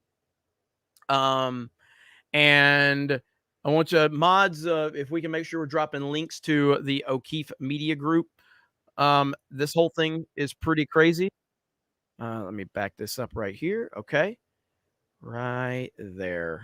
Hopefully my microphone doesn't unplug, but we'll see what happens. So go over to O'Keefe Media Group. Go subscribe to him. He's doing a great job, especially after what happened with, Project Veritas and everything. Have you been following this story? I mean, outside of me and you talk about on a daily one day, have you seen it? So this is I haven't seen this video, but I heard the police were called. Is that true? I don't know if it's in this video, but they did call the police on him. I've not watched this video yet, so we're going to watch it together. Here we go. I'm James O'Keefe with OMG, standing outside Best Buy this week on August 8th. O'Keefe Media Group OMG released a story featuring a whistleblower from inside Best Buy that released screenshots of a training program, a management training program with McKinsey & Company, where it explicitly excludes white applicants. The program's racial requirements have led to accusations of racial discrimination, a firestorm online. The CEO of Best Buy, Corey Berry, has now made her Twitter account private. Now, a second whistleblower has come forward exclusively to OMG with audio recordings of his manager, Mike Hirsch, at a Best Buy in Jacksonville, Florida, stating that LGBTQ flags were appropriate in the Geek Squad office, but Christian crosses were not. This has led to further allegations of religious discrimination. If we're doing all that gay pride flags and all that transgender stuff, like, why don't we have Christian stuff all over? They're not the same. How is that not the same? You can 1,000% choose religion. So, it's not a belief. Listen, That's almost that's a cultural. Yeah, but me as a cultural entity having beliefs that I have, so why can't I put my stuff all over the wall? You are choosing to believe in Christianity or Muslim or whatever. You choose that. Someone is choosing to be gay or lesbian. Hey, they're choosing that. Enis Sujak, a Serbian immigrant and Best Buy employee, these people have been brainwashed. Conversation with his manager Mike Hirsch. I spoke with Enis about a situation. Well, see, and this is where the nonsensical slippery slope happens. Is once you involve the social justice propaganda, where's the line? This is why you shouldn't allow. Like when I worked retail, there were special days that we could wear, like, I don't know, like Friday before a big football weekend or something. We could wear like our favorite team, like a pin or a hat, maybe. But it was company approved, But like generally speaking, you couldn't wear anything outside of the appropriate uniform. I couldn't wear a sports team. I couldn't wear a political figure. I couldn't wear religion. Like, it was like, okay, that's fine. It's fair. It's fair across the board. You know what I mean? It's a business. We remain neutral. And that's how I totally agree with that. Yep. And that's how Even as a Christian, if they allow Christian stuff, they should allow the other stuff. I totally agree with that. Right. And this is why when you start opening that door, it's like anything else. Like people always, whenever I complain about stuff, I always bring up the hypocrisy. I don't have a problem with any isolated decisions. I have problem with hypocrisy. So when the PlayStation Store introduced a Black Lives Matter theme on the PlayStation Store for the PlayStation, I was like, what the fuck is this? Okay, fine, PlayStation, give me a MAGA theme and I'll shut up.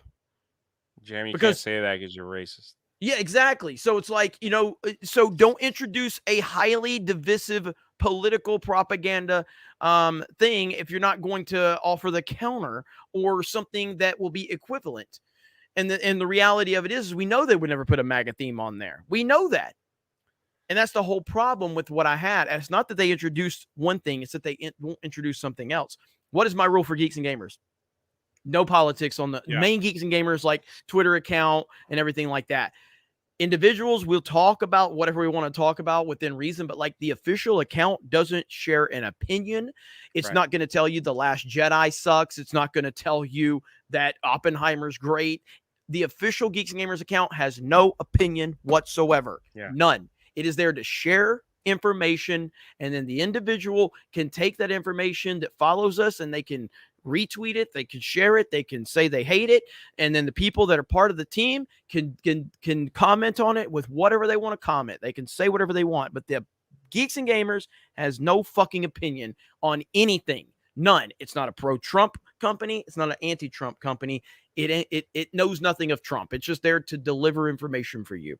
So that's that. Let's continue.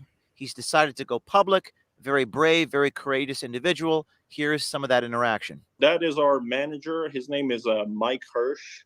He and I had a very long conversation. It was like an hour and 30 minutes of he and I just going back and forth with him, telling me that it was work appropriate to have all this LGBTQ stuff that's going on in the office and everywhere else, but it's not okay for me to, be a Christian myself and have a Bible right over there that's right there at the office, or have a cross or a Quran or anything like that. That's not work appropriate, but, having that LGBTQ pride flag everywhere else, that is work appropriate. And I wasn't standing for that. Are you calling the police? I am, actually. You're calling the police.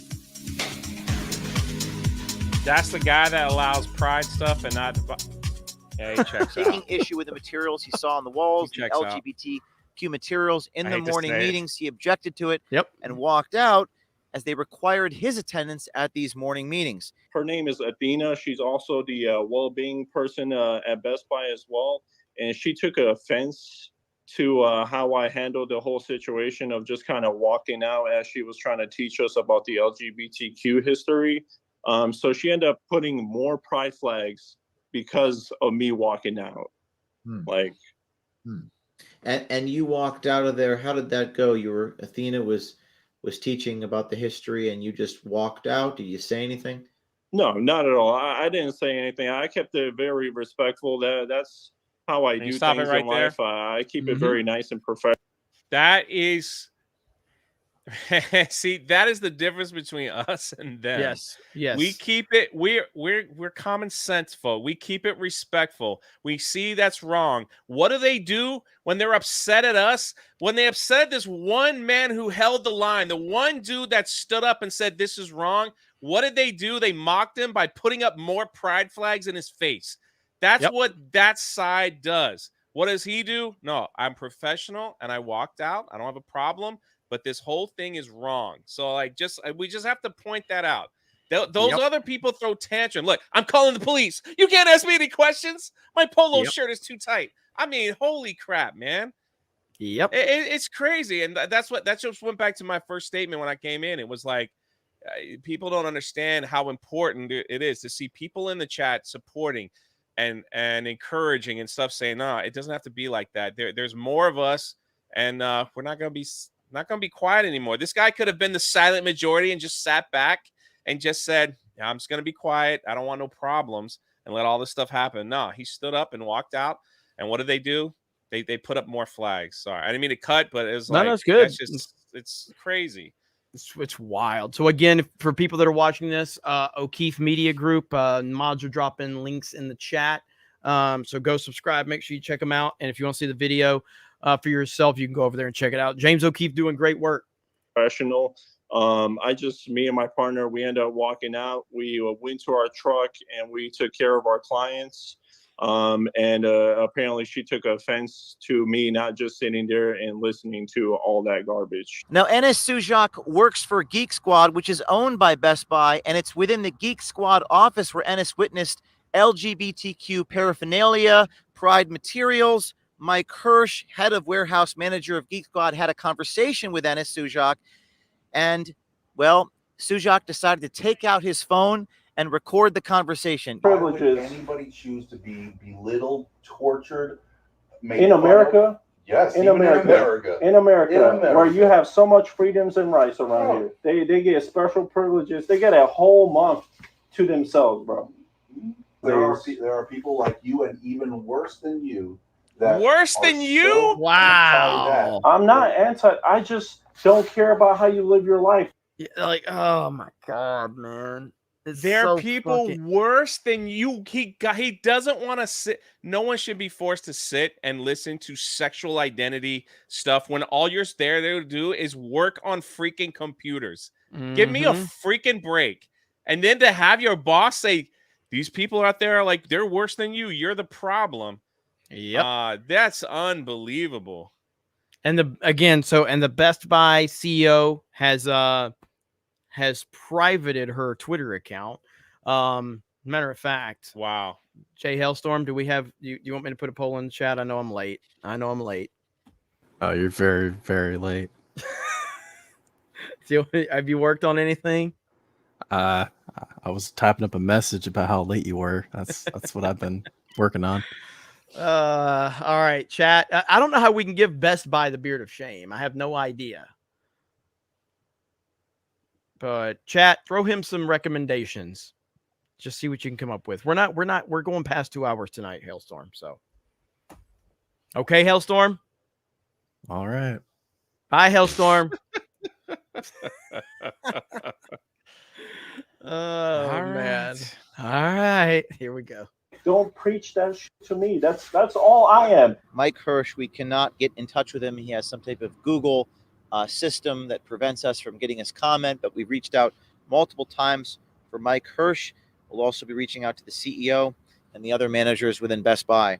I'm James O'Keefe with OMG News, and we'll continue to follow this important story. We've had a number of whistleblowers reach out to us in the last 24 hours as a result of this initial screenshot from within Best Buy, not just Best Buy, other organizations and corporations requiring their employees to participate in various political programs that seem outside the scope of their corporate charter. Stay tuned.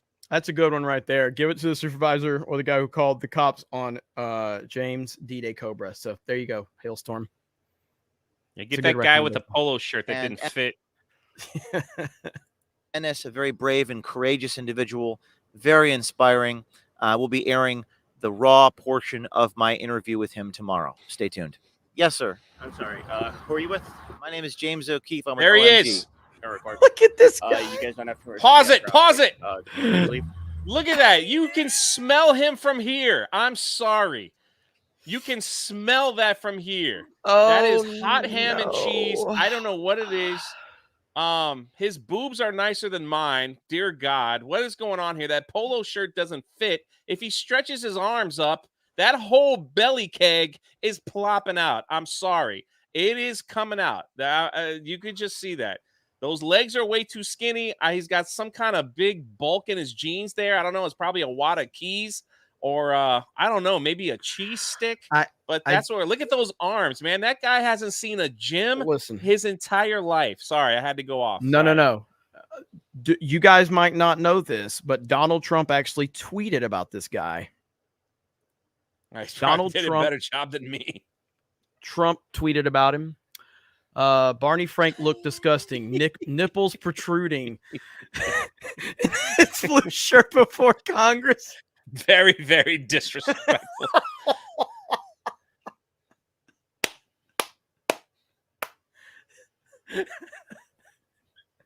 God damn it! I Sorry, love Trump Chad. so Did I go much. too hard on the guy? I don't know. No, you did not. No, you did not. No, you did not. Holy crap! Oh man! Did you see him wave in front of him like stop recording, or did he just fart? Like, and that's what he was trying to do. What the heck is wrong with these people? I mean, look at that.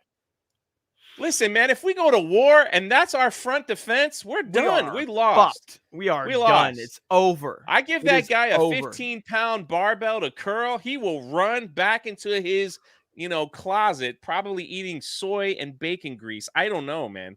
I got the right clip for this. On Friday, I was about to go get dinner for my kids when Donald Trump Jr. attacked me in his speech at CPAC. Something about me looking like a gender-neutral potato head. It's the greatest. He is a gender-neutral potato head. Look at him. That guy has never seen a push-up a day in his life. I'm just telling you right there. He's never seen a push-up. I don't care. I'm doughy, but I can do a push-up. Gosh darn it. Like, whatever. We gotta hear what this clown had to say. Here we go. Let's hear what this clown has to say. Excuse me, sir. Who are you with? Who are you with? Watch him wave his hand. Yes, sir. I'm sorry. Who are you with? My name is James O'Keefe. I'm with OMG.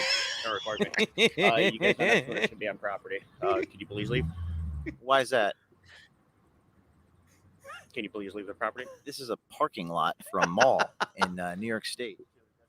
Sir, what's your name? What is your name? Oh, he's So hardcore we're standing now. outside the Best Buy, and this man comes out and asks He's me to a leave. tough guy, folks. Are you aware that the CEO of Best Buy has made her account private? He's got Velcro on his shoes, Are everybody. you aware Look. that the CEO of Best Buy has made her account private after accusations of racial discrimination have come out? Would you like me to read you the screenshots? I see Velcro on Are you calling the police? I am actually. You're calling the police. Why are you doing that? Have you ever called the police on journalists before? By A3 O'Keefe Media Group. That's right. James O'Keefe is my name. Have you heard of my name before? What's your name? Holy crap, Brock. What's your name? Is there a better way to do this than to call police? Because I'm asking. Look at him walk, dude. That dude very hasn't walked a This is, mile a Kerry day in his Cunningham, life. managing director, who called the police on me for doing a stand-up outside the Best Buy here in the New York He's mall walking like a parking lot. penguin. This is unfortunately a sad state of affairs for our country. You can't ask questions. You can't even tell stories without people calling the police, which is deeply ironic since they don't like the police. Unbelievable. That guy hasn't used his legs in a year, man. Come on. So, first of all, Brock. Holy shit, Brock. Too bad it wasn't 500. I'd put the bear costume on, but hey. Brock, for $250,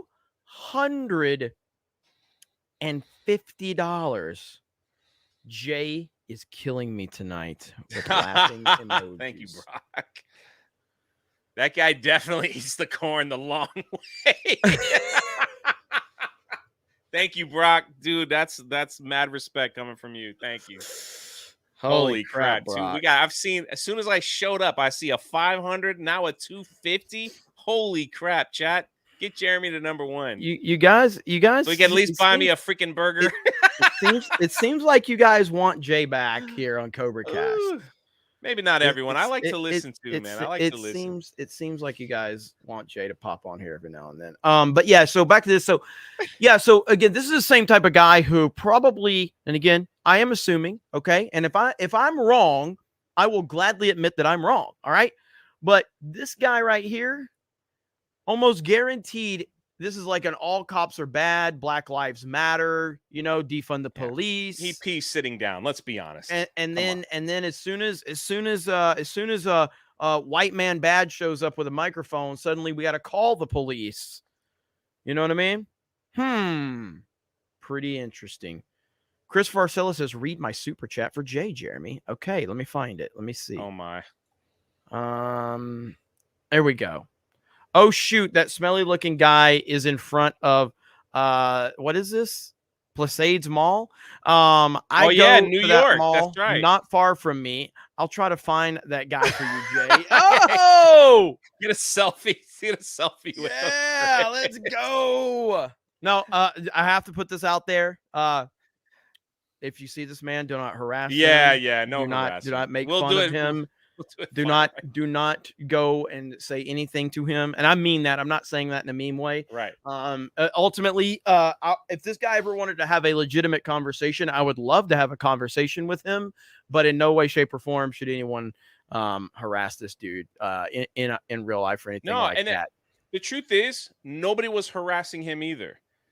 James O'Keefe was in a parking lot just conducting an interview. This guy thought he was a tough guy, walked all the way out there, tried to confront him and say, get off. And he's like, I'm in a parking lot. And it's like, and then when he, his tough guy, he's like, I'm going to call the police, get away from me. It's like, no, and that's why James O'Keefe walked with him down there, because like, if you had just left them alone, but these people, man, you can't go on Twitter and hashtag your way out of it now, buddy. It's just how it is. So I said, stop misgendering her.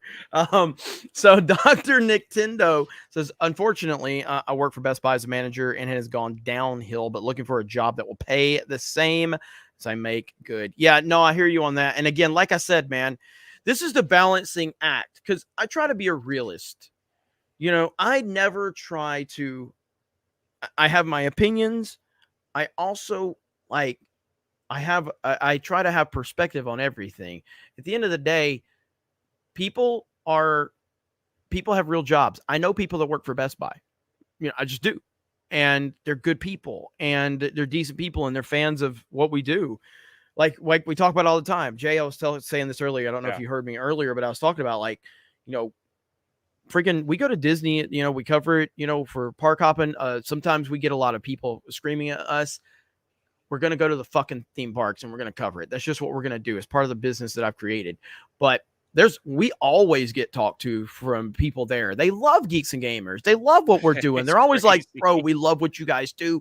Please continue calling this out. Things have got to change. You guys don't understand that the majority of people here are fed up with it. And it's like, we hear that. And it's like, yeah, it's the corporate heads that's the problem. We know that.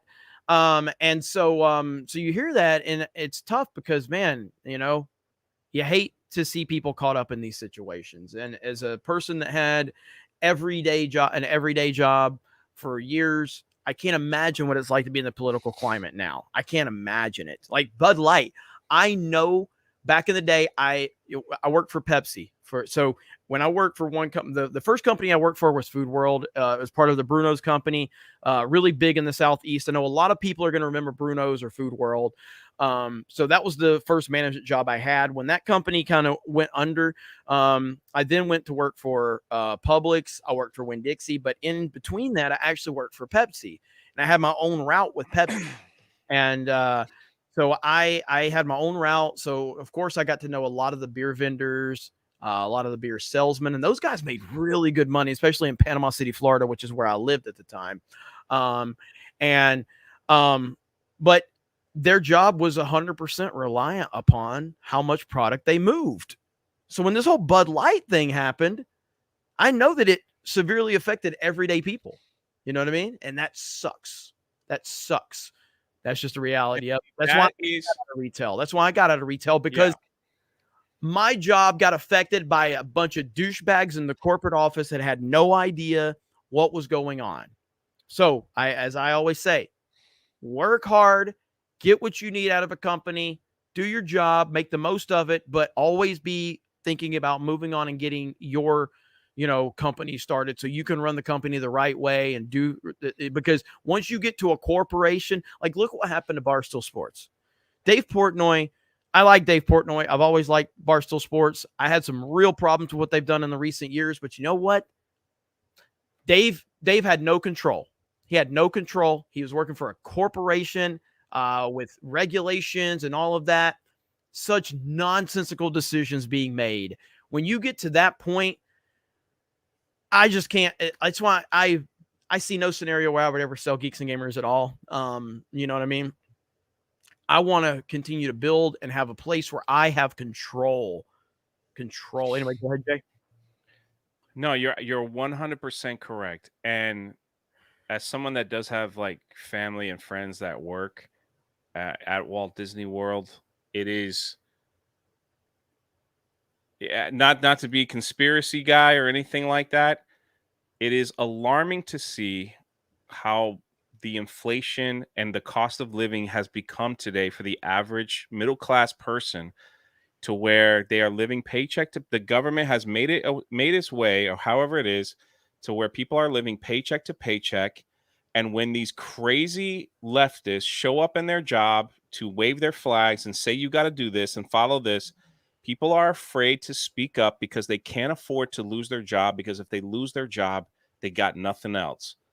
And so we live in this crazy time where, yeah, I could see like that this person in this video, I could clearly see him just being quiet because this is the only job I have to provide for my family. And there's nothing I can do about it, because if I lose this job, where else am I going to go? What is out there? Honestly, what is out there for me to do? Just like that guy who wrote that song. It's like I just seeing all the comments underneath that song, like, I feel this. This is me. I didn't think America was like this. I can't believe that. Mm-hmm. And so it's just all like wrapped up into this crazy world that we live in, where these freaking leftists want to control everything because they know they're protected, and that average Joe isn't, so that they can control them. It's a crazy thing to see. Somebody says slightly disagree completely. I'm just saying, like, from the stuff that I see, it's really hard for certain people to stand up. And I don't shame them for not, but it's just like, well, eventually you're gonna have to, because there'll be nothing left. Like there'll be nothing left. And like this guy right here, like not to, but this guy needs to take this advice. The greatest statement of our lifetime that did not come for Donald Trump. Have you heard this? You hate cops just because they're cops. The next time you get in trouble, call a crackhead.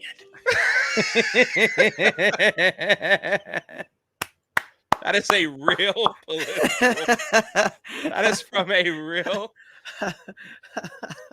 That's how it is, man. Like you said, these people probably hate cops. Like, you hate cops? Then call a crackhead.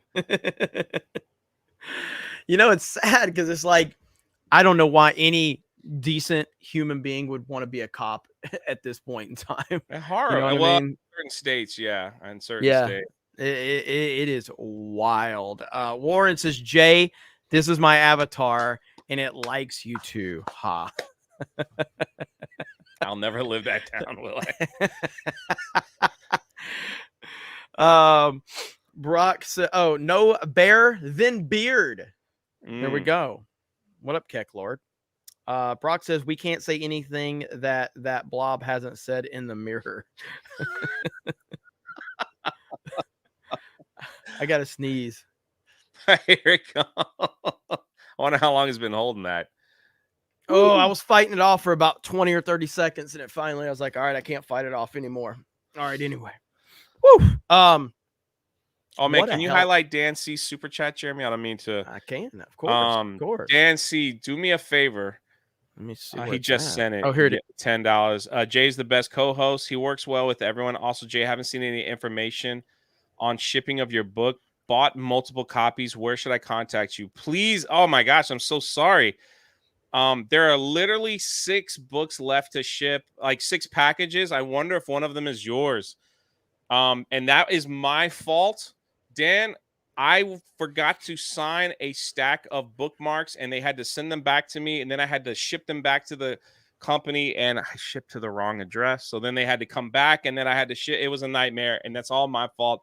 Please email me at drunk3po@gmail.com and send me your order number if you can, and I will talk to the fulfillment center.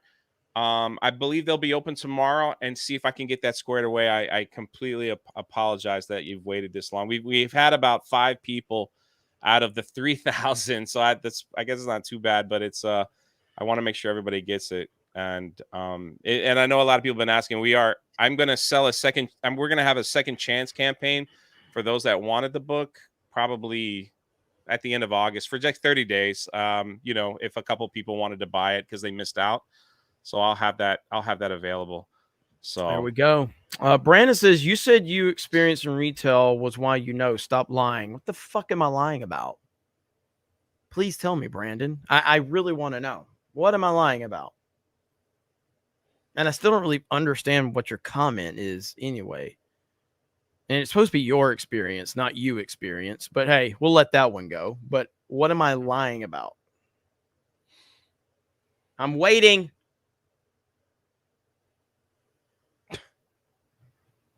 Oh, he says he was responding to somebody else. Fuck. Why didn't you at them? Classic Jeremy. I did let it go. He did. He thanked me. He thanked me for letting his misspelling know. God damn it.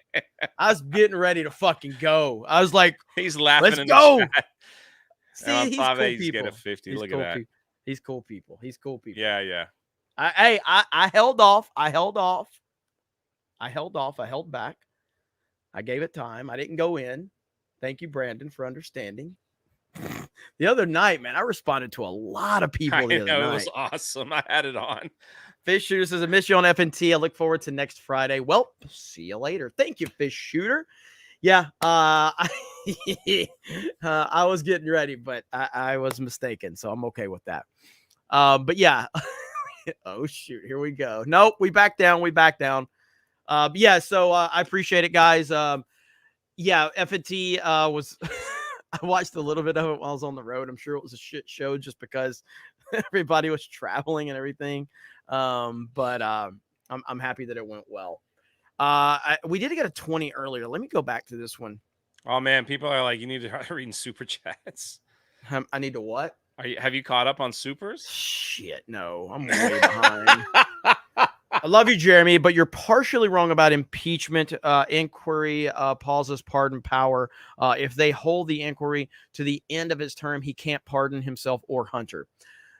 I agree with, I understand what you're saying, but Bill Clinton was impeached. Trump was impeached multiple times until it actually goes to the Senate, which isn't it, these go to the Senate to actually have any power. And then, of course, it's a Democratic controlled Senate. Yeah, they just do it for headlines. It's a dog and pony show. That's what my point of it is. Same thing with the Clinton. I hate to say it. They weren't. It was just to get a headline. So, but I hear you on that. I know I'm not saying that at the core of what an impeachment could be, it could be something, but I guess I'm tired of hearing Republicans run their mouths and nothing being done about it. You know what I mean? So I just don't, I don't trust the Republican Party at this point. Not that I ever have, but I truly don't trust these clowns at all. I really don't. Are you kidding me? How do you trust Mitch McConnell? The guy stares like at blank screen, man. I know. He's worse than me. What the heck? And this guy's running our country? Mm-hmm. Get them to freak out, man. No offense. You did your duty. Thank you. Get out. Yeah. Get out. We need fresh ideas. We need people that aren't going to put up with BS. The Republican Party have always been pushovers, since I remember. They just have. Even when Trump was in office, they quiver and they just get scared. And it's like, what's wrong with you? Stand up, man. Not all of them, but I'm just saying, freaking stand up, man. Our country is hurting. People are hurting. The middle class is disappearing right before our eyes. And it's just that affects my family and everything else. It's what the heck is wrong with you? Just get out. You got to follow up. Inquiry is when Congress starts. It pauses all pardon powers. It isn't done until it goes to the Senate. But that's my whole thing. I don't think that the Republicans are even going to they're not thinking about it from a strategic standpoint like that. They don't mean what they say. That it's all just a dog and pony show. That's what I mean by it.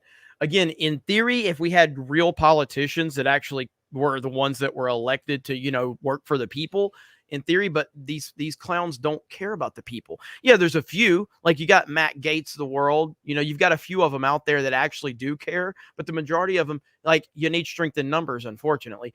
Politics truly is a lot like House of Cards, the Netflix series with Kevin Spacey. It's pretty close to that, dude. It's a big game full of crooked ass people. It really is. Serving your country and being in politics was never meant to be a career. It just wasn't meant to be a career that you did the rest of your life. And I don't understand why people don't see Republicans, Democrats alike. People get into office and they're in office maybe 8 years and they leave multi-millionaires on like a 6-figure salary. Come on, man. Tanner says those that preach the loudest have the most to hide, and Jeremy can get pretty loud. I can, but not as loud as your whore mother. Holy fuck, that bitch is loud. I'm sorry I woke you and your brothers up. I am your father, by the way. I'm sorry I woke you up, all right? But I can guarantee you got another ugly fucking sibling next because I took care of your whore mother. So there you go.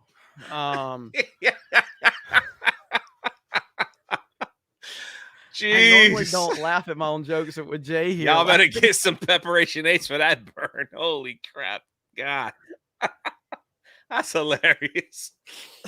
Yeah, you can't have me on. I'll start laughing when that stuff goes down. It'll mess up your whole rant. You'll start laughing in the middle of your rant. Oh, man. Oh, man. It's so good. So good.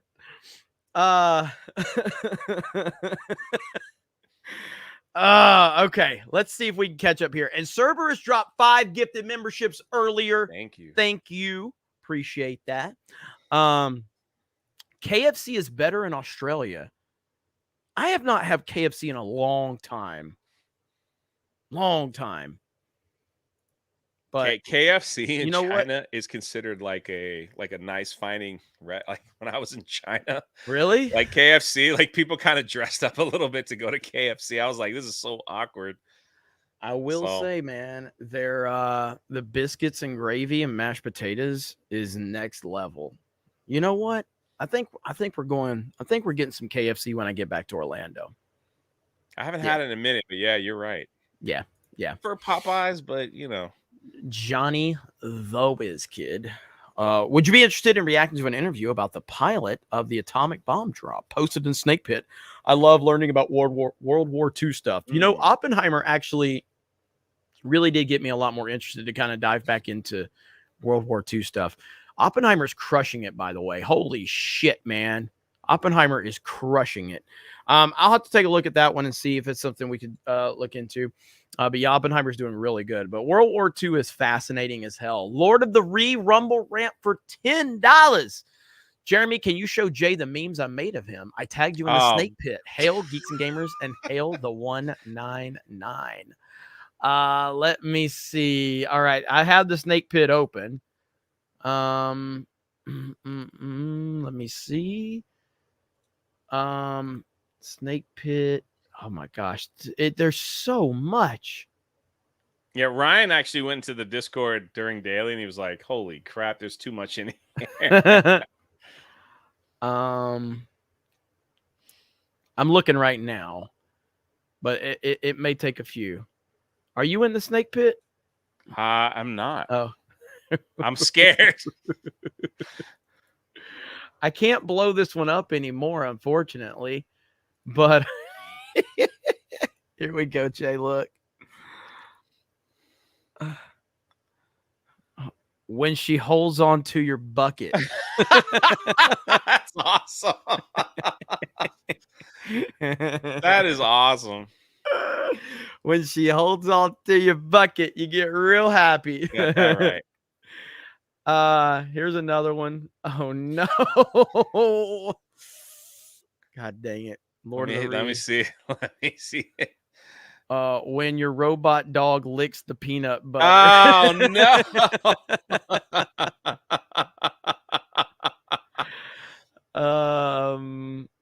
Let's see if there's any more. There's so much shit in here, man. Holy crap. There's our boy Benny. There's all kind of stuff in there, man. Shout out to you guys over on the Snake Pit. I appreciate you guys. Let me see. 2012 James says you would like the initial the anime. anime recommendation. I told Gary, I told the chat to spam Gary with their anime recommendations because he was an anime Matsuri. But yeah, I want to watch more anime. I really do. Sandstorm, what's up, Sandstorm? I was just about to renew my membership, and boom, Brock, you rock. Thanks for the gifted. All hail the 199. Shout out to Sandstorm. Sandstorm is awesome. Follow her on Instagram. She is an amazing supporter, always putting on her Instagram stories the live streams from many members of the Geeks and Gamers family. She's freaking amazing. Thank you, Sandstorm. We appreciate you, Sandstorm. Hope you're doing well. As is Wonky Eyebrows. Sorry to disturb your live stream, Sir J. That's what when I called you. Yes. Jay calls. Big gulps, huh? Yeah. See you later. I didn't think you'd answer. If you well, it was you, and I was like, the snake pit will enjoy this. Dang it. Next time I'm going to have the camera rolling because I did that with Ripa. Then that video did great for me. Greedo Game says, would you be interested in reacting to Goku going Super Saiyan in Dragon Ball Z Kai sometime? Just curious. If not, no big deal. Hail the 199. I'm pretty sure I've seen it because I'm sure Krista has shown it to me because Krista's like a Dragon Ball expert. I'm pretty sure she showed that to me, and it was really cool. And we got those Dragon Ball figures from Wily Dave, man, and they're awesome as hell. Trump was the one who put together MJ's balls. Did you see that? Have you seen? You follow that account, the Trump history one? I tagged you in it. I didn't know if you did. Is that okay? So you're the one that tagged me. Okay, yeah, I tagged you in it, and so I was just like, yeah. I was like, I hope you see this account. It's glorious. Hell yeah. Hell yeah. Lord of the Reese's got to mess with you a bit, but glad you're on CobraCast, Jay. For $5. No worries, man. Don't worry. I can take it. Don't worry. Yes, he can. He can. Trump led the women's suffrage movement in 1869. Yeah, he did. I think he parted the Red Sea, too. I think that was there. Something like that. He was in Israel or something. Anime suggestion, No Guns Life, about an ex-military cyborg with a revolver for a head. Now works as a private eye in an augmented for other augmented people. Interesting. That actually sounds fucking badass. That sounds awesome. I really actually want to see that. Koa Lee, what's up, Koa Lee? Hope to be back in Pensacola again one day. Work was hell. Doggos are man's best friend. I usually don't listen to a lot of country, but when Benny showed that song on his show, it hits hard. 199. Hell yeah. It's awesome, man. Independent people just rising up, man. It's time. It's beautiful. It's a beautiful thing. I saw Stacy dropped a 20. Where's that one at? You guys have been crazy tonight. There it is. Jay, have you seen the Great Awakening documentary?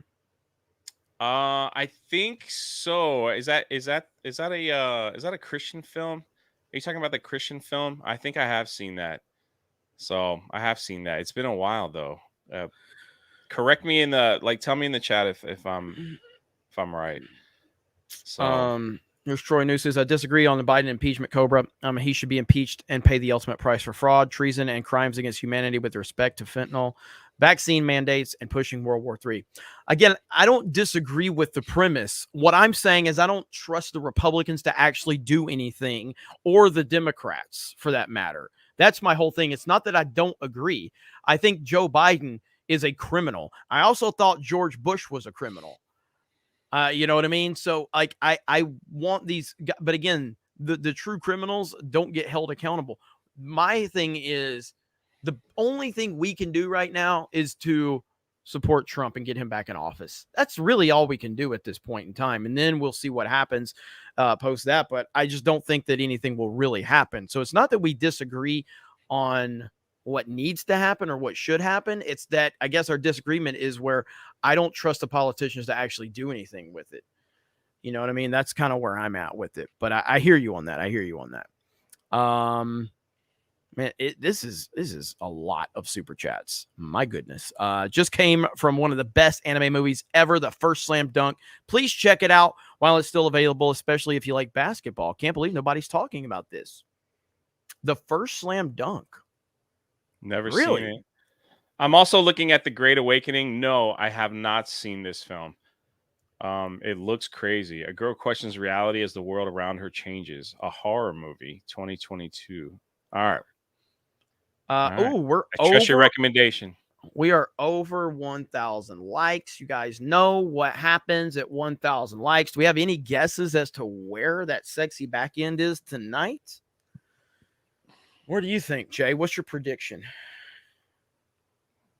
We got to go 3,000, huh? Is that including memberships? Oh, absolutely. It doesn't show the memberships, does it? Not the dollar amount, but you can do the math. So I think right now, let me think. Where I are came we? in So late, maybe- so I didn't see the early on stuff. I'm going 3. If we're not 3, someone's got to get us to 3. It's we'll see. All right, here we go, chat. Here we go. Show those peaches. It's sexy back end time. Here we go. Boom. 1,800 in chat revenue and 164 new members. Make that 169 new members. You do the math. What is that? So you got 5. Yeah, I was about- an English teacher, not a So math. 750, around 8. That's about $800 in. Is that right? 50. I think yes, yes. So that's about. We're closing in on about 30 or 25. Yeah, like $2,600, somewhere in there, ballpark. There you go, right there. That's sexy back end. You guys support the show. You guys make it happen. The only way I'm able to do this is because of all of you, and I appreciate it. So, Yeah, 26. Thank you. 2620 is what I got. Thank you guys so much. No, the show's not over. Don't think it's over. 400 We're away to 3,000. We're probably just getting started. Okay. But the reason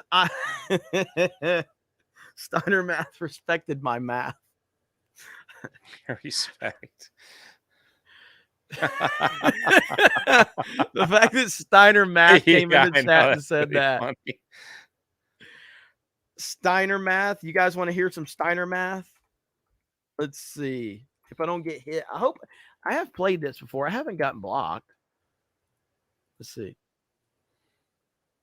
All right, hang on. All right. You want to hear some Steiner Math, everybody? After seeing that back end, this is how we figure up our math around here, okay? This is how we figure up our math. Here we go. Normally, if you go one-on-one with another wrestler, you got a 50-50 chance of winning. But I'm a genetic freak, and I'm not normal. So you got a 25% at best at beating me. And then you add Kurt Angle to the mix, your chances of winning drastically go down. See, the 3-way at sacrifice, you got a 33 1/3 chance of winning. But I got a 66 2/3 chance of winning because Kurt Angle knows he can't beat me, and he's not even going to try.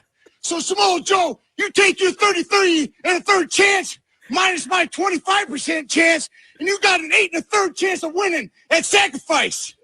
But then you take my 75% chance of winning if we used to go one-on-one and then add 66 2/3%.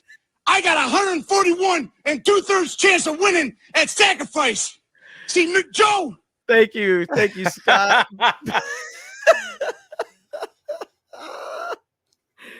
Oh, 100%. Math checks out. Spot on. Checks out. Math checks out, everybody. All right. Oh, God. I love Scott Steiner and I love professional wrestling, man. Old school anyway. Yeah. I don't watch it anymore.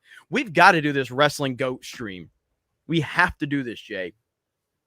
I'm going to put you in charge of setting it up. We just have to keep it to, because if we talk Intercontinental Champion, it's just honky tonk man. I mean, there's nothing. There's no other. We have to determine. So we can forget about that one. We have to determine the GOAT of wrestling. All right. And I think the best way to do it is maybe just do the Mount Rushmore of wrestling. Like, what's the Mount Rushmore of wrestling? But you know how I break it down? I break it down. You have to. I do this in 3 ways. Okay. There's 3 criteria to judging the GOAT of wrestling. There's 3 criteria. There's in-ring ability, there's mic skill, and there's box office. Okay.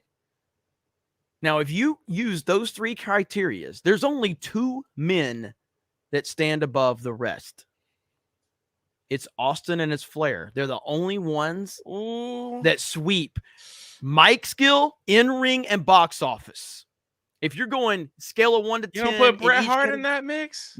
Bret Hart's mic skills are not even close to kind Austin's. of when he was heel. He was not. He wasn't that good. He wasn't that good. It's Flair and it's Austin. That's where Hogan, in-ring ability, Hogan drops off. He's got the box office. Okay, he's got the mic skills, but his in-ring ability, he's not up there with the in-ring ability. Flair is a 10 mic skills. He's a 10 in-ring, and he's probably the 10 box office. All right. Austin is a 10 mic skills. He's a 10 box office, and he's probably a 9 in-ring. You know what I mean? The Rock has a 10 mic skill, 10 box office, but his in-ring, he's probably like a 7, 7.5. He's good, but you can't put him up there with the greats. Shawn Michaels, in-ring ability 10. I don't know, box man. office How do 10, you not have the mic Undertaker skills, in that, man? 5. Again, Undertaker, like, but he didn't need the mic skills, man. He was just rest. The thing about Undertaker is he is the standard, okay? But he never was the guy. He never carried the company. He was never the central figure of the company, ever. I think the greatest pay-per-view was Bret Hart versus The Undertaker, and Bret Hart walked away with it, and Shawn Michaels had to he was the guest referee. That was one of the greatest matches of all time, and that, to me, put Bret and all them, like, way up here. So... Hey, Macho Man. But I agree with you. Ric Flair and Steve Austin is like no one. Now, here's the other argument, though. No one did it better. There's an intangible. There is an intangible here. You can make a strong argument that Hulk Hogan is not only the greatest babyface, he's also the greatest heel. Yeah. He was hated in WCW. Yes, he was. But when he came back in WWE as the heel, people cheered him. They cheered him like crazy. Mm-hmm. He was trying to play the bad guy, and it just didn't work. So you could. I saw someone say Flair is not a 10 in ring. I disagree. I mean, I will say, like, Shawn Michaels is the best in-ring performer I've ever seen. Second is Bret Hart, and third is Flair. So Flair's the third best ever, but he's still a 10. He's still one of the greatest performers we've ever seen. But Shawn Michaels is the best in-ring performer. How crazy is that we're really talking about that one time period where all these guys were together? Now it's kind of like, what about John Cena? Like that. I don't hate John Cena, but God, man. John Cena and who was the other guy, the Hawaiian, that they kept pushing? You mean Roman Reigns? Roman Reigns. John Cena and Roman Reigns could have done something in their career that would have made them one of the greatest of all time, and that was a heel turn at the right time. You don't think, Tyler, you don't think Stone Cold was a 9 out of 10? You ever see this match with Bret Hart at WrestleMania? You ever see his match with Rock at WrestleMania 17? And if you go back before his neck injury, Steve Austin was a hell of a worker. Now, he had to alter his style, but he still put on all-time great matches. So there you go. But look at the chat, man. This is what we need, man. We need a panel of people just arguing over this shit and watching the chat go fucking ballistic. That's what we got to have. I like it. I love seeing the chat so worked up. I love it. It's going to be a divisive I'm seeing the chat now. Yeah. No Chris Benoit. No, I think Flair's got to be the big. I think Flair's probably. You know what I was thinking about this? I was thinking one time I was thinking about the Mount Rushmore of WWF and then the Mount Rushmore of WCW/NWA. Guess who's on both? Yeah, Flair. Hogan. Oh, yeah. I don't put Flair on the WWF when I do. He's obviously him and Sting and Hogan. You know, I don't know who the fourth would be on the NWA one, though. Like Hogan made wrestling on that Saturday morning wrestling when it needed that push. He was say your prayers, eat your vitamins, America. Mhm. And they pinned him against like anti-American people, like the Yeah. Iron Sheik. Sergeant Yeah. Slaughter turned anti-America, which is kind of weird, but Yeah. he did all that stuff. And then, of course, when he fought Andre the Giant, that just like propelled Hogan to a, Yeah. Yeah, you're right. It's just he had 3 moves: the leg drop, the slam, and the Hulk. No one hulked up like the Warrior did, I think, but then like Hulk Hogan was a real life superhero to me when I Yeah. was a kid, dude. He was a real life superhero. Like he was literally a comic book person. He was a comic He book character was. in real life. It blew my mind. I was such a Hulkamaniac when I was a Of course, kid. all of us were. But I look at the was- things he taught us. Eat your vitamins, say your Yeah. prayers, Mhm. America first. Like he was Yep. like Yeah. he was like Superman, like on the Yeah. in wrestling. So he always Mhm. pushed like he would come out with the flag sometimes. That was freaking awesome, man. Yeah. It was I love fantastic. that stuff, man. I love that. Patriotic. I love it. Mm-hmm. Yeah, Hogan was like, I was such a big Hulk Hogan fan, and then His theme song, Real American. That's right. I am a real American. Yeah. 100%. And then obviously the Attitude Era happened, and you had everything with the NWO. And this is where Austin's importance comes in. By the way, holy shit, Jeremy's creamy back end. What the freak is that happening? Got filled up real nicely. Sadly, I haven't been to catch your live for quite a while. So here's me making up for it. Jay is the only one I'm comfortable with showing me to him, showing me to him, as it seems to get me extra full. Hail to the 199 at Trump 2024.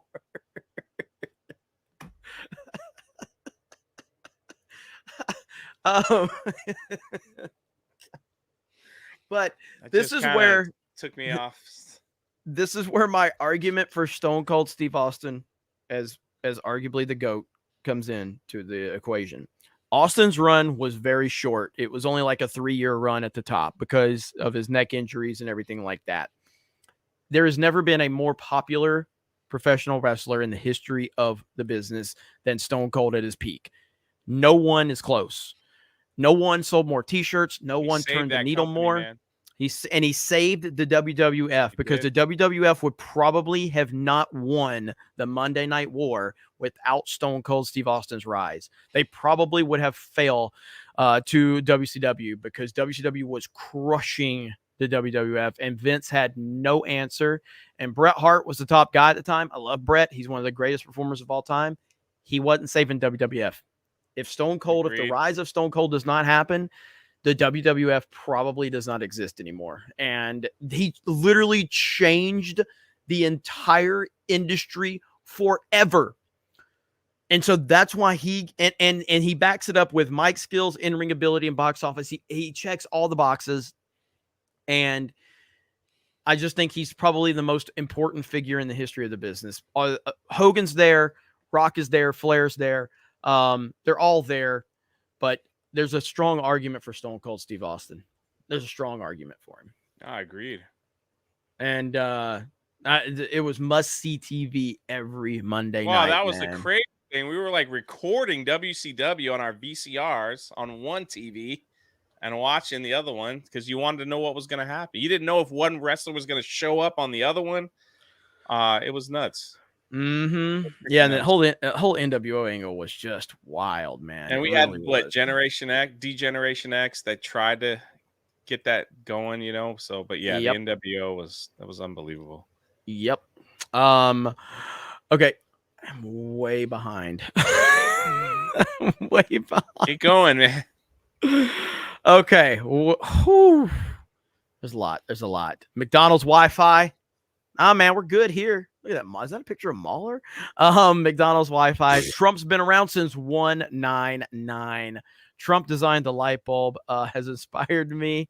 Trump shot Hitler, not Hitler himself. One more Trump Regeneron and Trump Seinfeld. That Regeneron thing. Have you seen the Trump Regeneron? It's so good. Great. Brocatron, when Trump shows up, all you hear is the Jerusalem has come. Shout out to the Leper King and the Dawn. A quote from Kingdom of Heaven, by the way. Laughing my ass off. What's up, Brocatron? Blue Shell, not me. I am suing CobraCast. I saw the thumbnail and thought the hot lawyer would be on.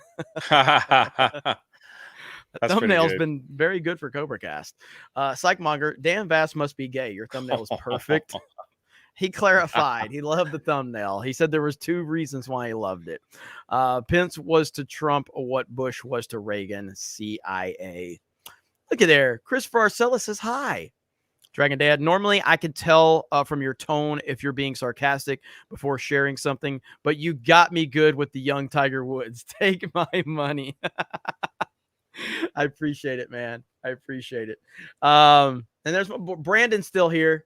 Brandon Chandler, what's up, man? He gave me a pass for misreading his comment earlier. 199. Keep doing what you're doing, man. Nothing but support. Thank you so much. Jason's statement 165.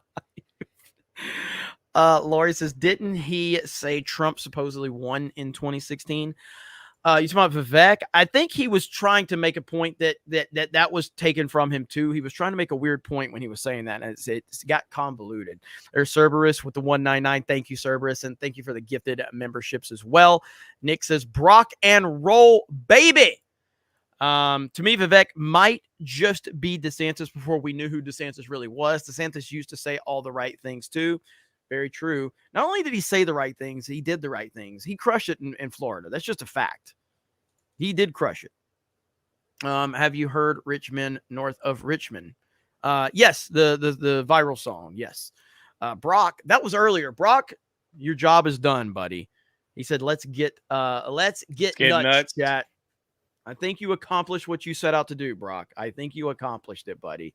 So good job on that. Turning the needle as always. And then right after you did that, David Phillips dropped a 50. And then David Phillips dropped 100. Are you not entertained? Jeremy Osteen has had a good night tonight. A lot of red MAGA super chats.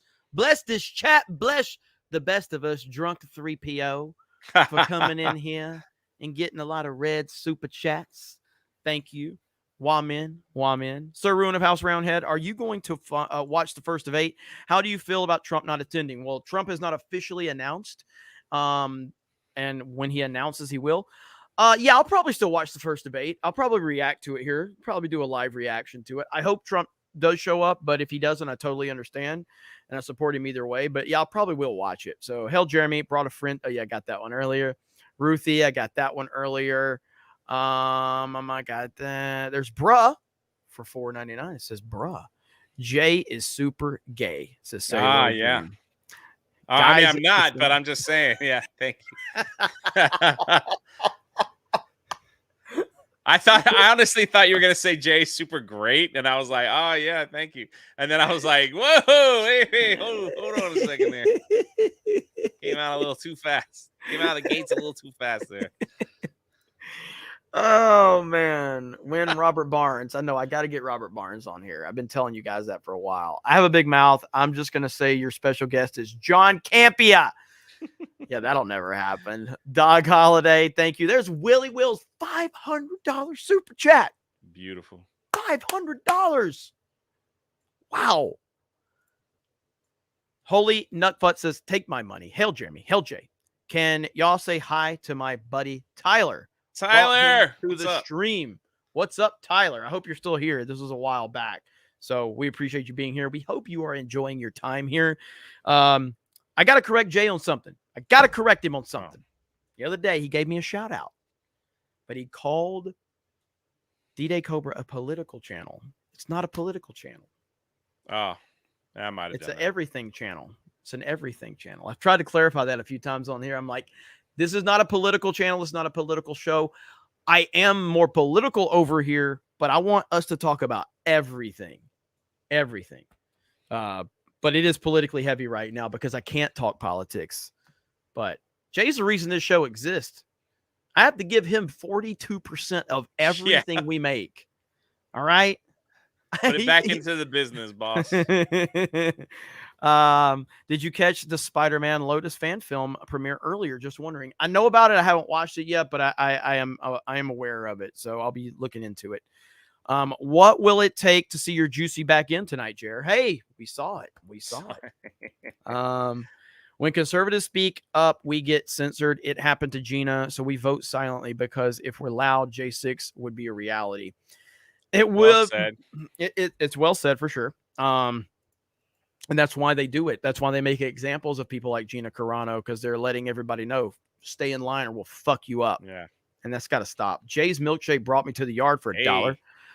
We have millions of homeless people living in all of our major cities right now, but yeah, let's send it to Ukraine. 100%.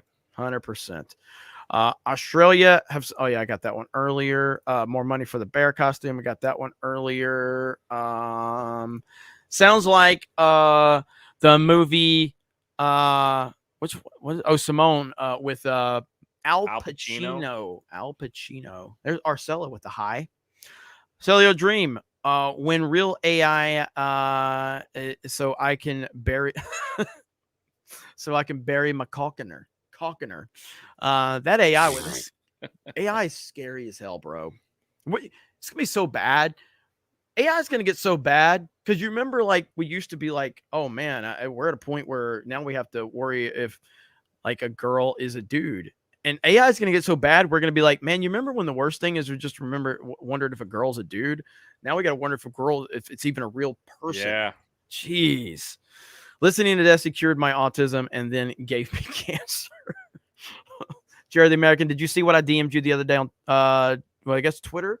I didn't, but I can check on that, Jared. I can check on that. Darth Racer says, for a gumball rally, you need to drive a 427 Shelby Cobra. It was one of the main cars used in the movie. I am okay with that. Sponsors, you hear that?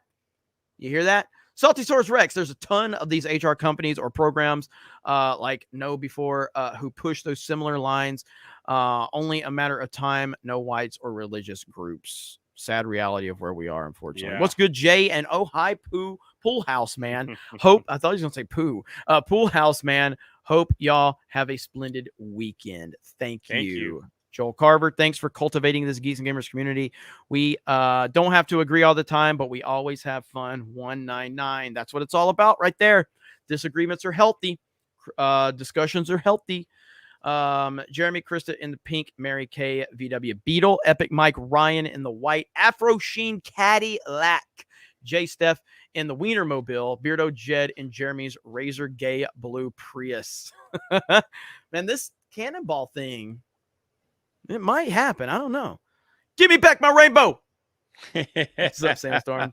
What do you call when Trump visits an urban area? Orange manhood. Shout out to the 199. Tolerance is not a Christian virtue. Stand up. Hell yeah. Well said. Well said.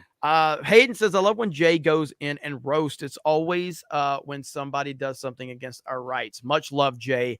Get him. Hell Thanks, yeah. brother. Hell yeah. There's Warren Smith again, just roasting Jay, and I wanted to highlight it again. Just because. All good. Brock dropping to 250. Insanity. There's Brock again. I got that. Did you get my super from earlier? Hail? Yes, I did, Greedo. I did get yours earlier. Modalicious says, Harry Stay Puff Marshmallow Man is what happens when Chris Farley actually does live in a van down by the river. He OD'd on cheesesteaks this time. Chris Farley was such a legend, dude. Oh, man, it was great. He was the best. Their fish shooter, hail everyone. Jay, what if one of the Disney World employees that came up to you and support was in the Pooh costume? You tripped that motherfucker. I didn't trip. I didn't trip the Pooh Bear. I'm like the only rep. It's hell. But God got my back. You're the Best Buy manager. I totally hear you on that, man. Totally hear you on that. We're getting close. Lee says, hail Jeremy and Jay and the 199. Jeremy, I'd like to be properly roasted by you. Thank you. Well, we could start with that avatar picture. What are you, some kind of like discount Santa Claus? Well, I mean, at the end of the day, you kind of stole my joke because I was gonna say You don't really have anything going on to We totally December. messed up. I messed it up. You can blame me. It's my fault. Oh, I was just trying to give him like a layup, man. I was trying to toss a softball. I messed it up. Oh man. But I mean, My bad. no, it was so good because it's just like I knew you were going in on the same direction I was. It was so good. The whole Congress Senate needs term limits and go through counterintelligence and lifestyle polygraphs, which is required of select members of the military and the intel community. Yeah, that's the whole problem. That's one of the main problems we're having right now. Salem says, hi, guys. Well, hi, Salem. Right back at you. No bear, then beard. I don't know what that means. How we looking, Oh, Hailstorm? beard of shame. Yeah, yeah. No bear, then beard. Hailstorm, how we looking, buddy? Still Chainsaw working. Man is the bomb. You're still working on it? Yep. Okay, have fun. Chainsaw Man is bomb anime. I've heard a lot about it. I've seen a lot of cosplay on that too. It's pretty wild. Undertaker was the central, just the quiet captain. He was the guy that ran the locker Listen. room. Undertaker ran the locker room. Yeah. He did. Listen, man. There was nothing like one of the greatest pay-per-views ever was the Survivor Series on Thanksgiving Day when they had all the good guys versus the bad guys, and they built it up where they built their teams. Do you remember those pay-per-views? Oh Mhm. man. They did it on Thanksgiving Day, man. After football. It was great. Yep. I loved it. It's amazing, man. It's amazing. Jeremy has a 33 and a third chance of being a fake. Steiner math. Johnny the Whiskers, one more thing. I believe I paid for CobraCast plushie at least a month ago and still haven't received it. Are they all gone? Can you please check if I did? Well, that was through Makeship. I don't think they've been shipped out yet, but I can find out. I can look into that. But yeah, Makeship is the one handling all of that, but I will look into that for you. What's up, Laura Lynn Lance? Thank you. Appreciate that. Dragon Dan says, I am a real American. Is Krista's. Yeah, that's true. Hell the Lord says, what do I think about Brock Lesnar? I am not a fan of Brock Lesnar. I respect the fact that I was thinking about this the other day because I watch a lot of old school wrestling stuff. Brock Lesnar undoubtedly has one of the greatest kind of looks ever. Like he's just a terrifying individual. You know what I mean?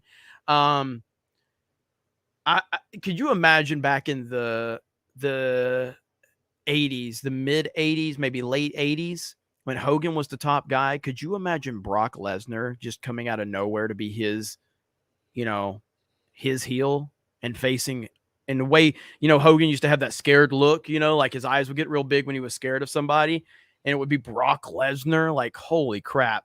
Like, there's undoubtedly Brock Lesnar he's a force to be reckoned with, but he's never put the real work in the wrestling world to earn where he's at. And I remember Stone Cold walked out on Vince because he was basically going to have Brock just beat him in an unannounced match. And Austin's like, I'm fine losing to anybody, but let's make something of it. Let's build a story around it. I'm not just going to lose to a guy unannounced.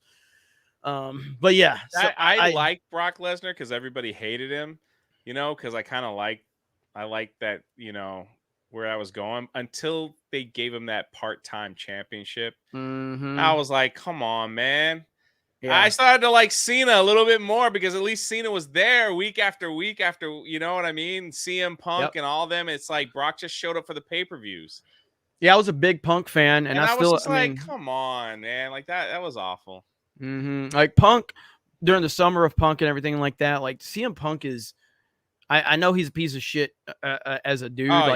He's a piece of shit. But as a professional wrestler, I thought CM Punk was fantastic. Mic skills are on point. In-ring is on point.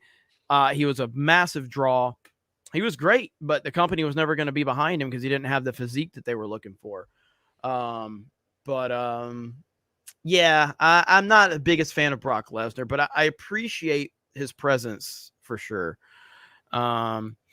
Okada and Omega in New Japan is unbelievable.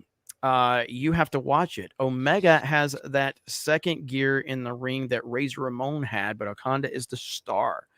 Good old Scott Hall, Razor Ramon. Yeah.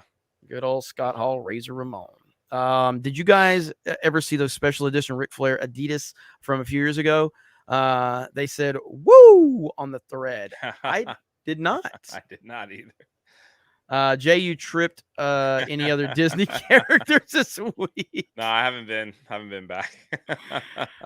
Coley says the more money we send to Ukraine, the less I like them. Not the people, the government. 100%. Yeah. Need Jeremy on Sea of Thieves. I do want to play. Sea of Thieves. They love my Sea of Thieves. We all dress up like pirates when we play and like that's awesome. Have a good time. So. Oliver Anthony Music is a viral music guy's channel, by the way. Not my type of genre, but he killed it on that song. Oliver Anthony Music. So there you go. And let me see. You guys have been insane. I think I got a few more Rumble rants. Johnny Whiskey says, I tagged you on Snake Pit on a video so you can check it out before sharing if you like, because I really want you to watch it with you. Let me know what you think. As always, hail the Snake Pit and the 199. Thank you. Contemporary Compendium says, Razor Ramon versus Shawn Michaels ladder match or Hardy Boys versus Edge and Christian versus Dudley Boys triple threat TLC match. Whoa, man, those were good ones. Those were good ones. Vault 95 Survivors. Jeremy, grab a pin. May I recommend Nicholas Moran, the Chieftain, and Hillary Louise Doyle. Both are my favorite historians of World War II, and their work is S tier. Both can be found on YouTube. Hail 199. Take that down for me, Jed. I know you're copying all the super chats anyway, but Johnny Whiskey says, if they don't care if they choose or not to be whatever. I've been diagnosed with 5 disabilities, but I've never gotten any special privileges. They think they're doing good deeds. Hell no. Fuck those imbeciles. Hell yeah. And he says, I've checked my Best Buy and shared the video. I asked if it'll affect those stores. They said no. So far, my store is staffed with white men, so I guess it's only happening in New Jersey.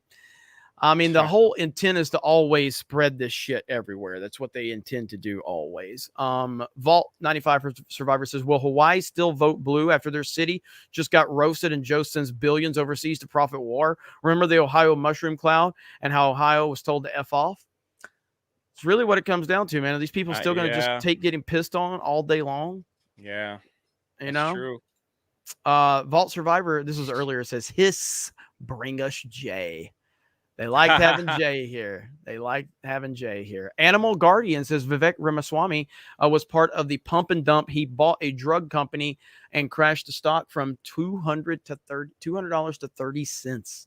He answered some of those questions on the Candace show as well. But I get people's concerns about it. I have my concerns too. Overall, I do like him, but yeah, there's a lot to answer for sure.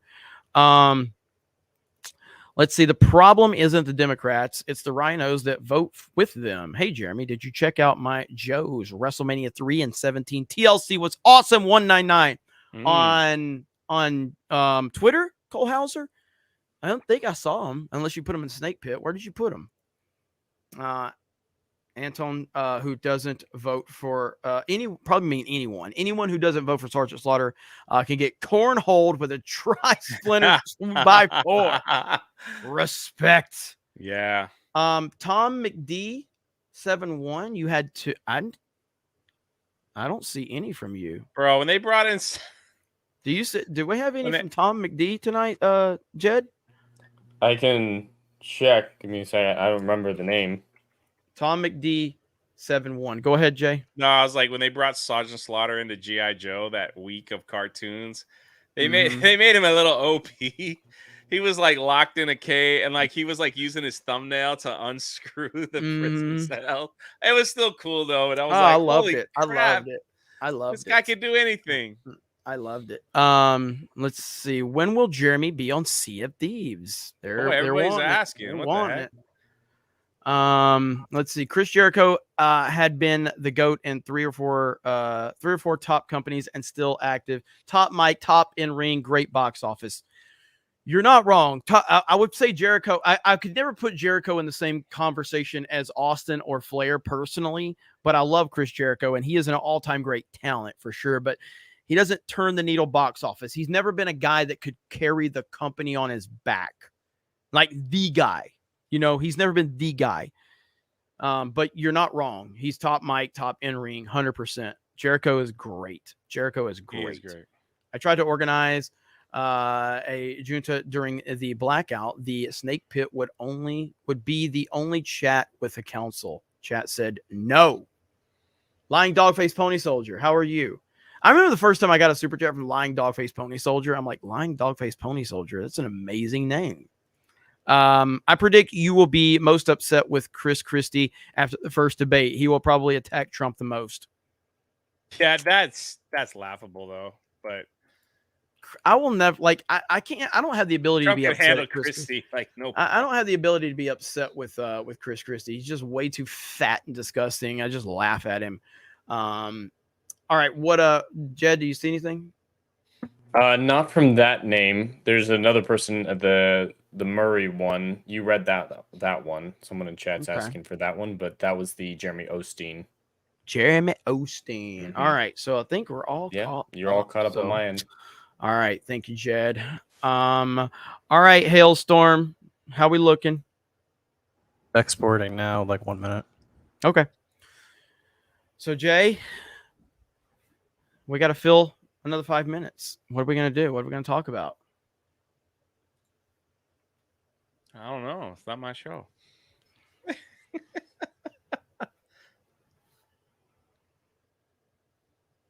I made a promise that if they blow me up, I'm just going to stare at the screen. I like how you went. Yeah, well, because I just noticed you blew me up, and I was like, all right, I got to put the... Oh, man. I see there's there. some requests for Fortnite. I don't know if I feel like playing video games tonight, man. Do you want to play Fortnite? I got to finish a video. Yeah, I got stuff to do with And then I'm family going stuff to tomorrow. Yeah, and then I'm going to try to do a square up tomorrow to catch up with some of the super chats we missed from last time. Oh, I don't think so. That 90 kid says Josiah's a better gamer than Jeremy. You're just trying to bait me into playing. So ain't gonna happen. This was a crazy long CobraCast. It was, but it was fun. It was very fun. Yeah, it was good. It was really good, really entertaining. We're sitting at $1,900 in chat revenue. Holy shit. Oh, Hayden, Wayne, talk about the weird little Tay thing as much as you can. That publicity stunt. I don't know who that is. Yeah, man, that was crazy. I actually watched Moist Critical's video on it. Did you follow that story at all? Yeah. What the hell, man? You can't. I don't even know what to believe on the other. Like, I don't even know what to believe. Like now, some people were saying she was kidnapped, and they hacked her Instagram, and like there was like ransom. It's like, what is the truth in all this? This so. Well, so Lil Tay has been. There's been controversy around this person for like. I think like 9 years old. Lil Tay has been like manipulative, and whoever the people are around this little girl, they're the ones responsible for it. They have taken this little girl and turned this little girl into a social media money machine, basically. It's disgusting. It's disgusting. And it's child abuse is what it is. And so when I heard that story, I was like, well, this is terrible. But I didn't know much about the person. But yeah, I mean, looking back on it now, since she was like 9 years old, they've been kind of like using her as a social media personality. It's sick. And there needs to be, like, how is there not an investigation into this? You know what I mean? These like are parents sacrificing their kids on the altar of attention and fame. Mm-hmm. And that's really what that's the sad reality of it, unfortunately. Someone asked me a very difficult question in the chat. Snake Eyes or Storm Shadow? I'm going to go with Storm Shadow because he could talk. So Snake Eyes is the pick easily, but my favorite individual G.I. Joe action figure ever is version 2 Storm Shadow, the one that Jay bought for me. Yeah. That's version 2 Storm Shadow. But in terms of the character overall, it's Snake Eyes. Not even close. It's Snake Eyes. Snake Eyes is a very fascinating character. And that's the beauty of the characters that you just don't know. And they did that all throughout the comic books. They teased little bits here and there, you know, like that's what made it so holy crap, dude. You're just getting tons of stuff. Yep. There goes to 5 minutes.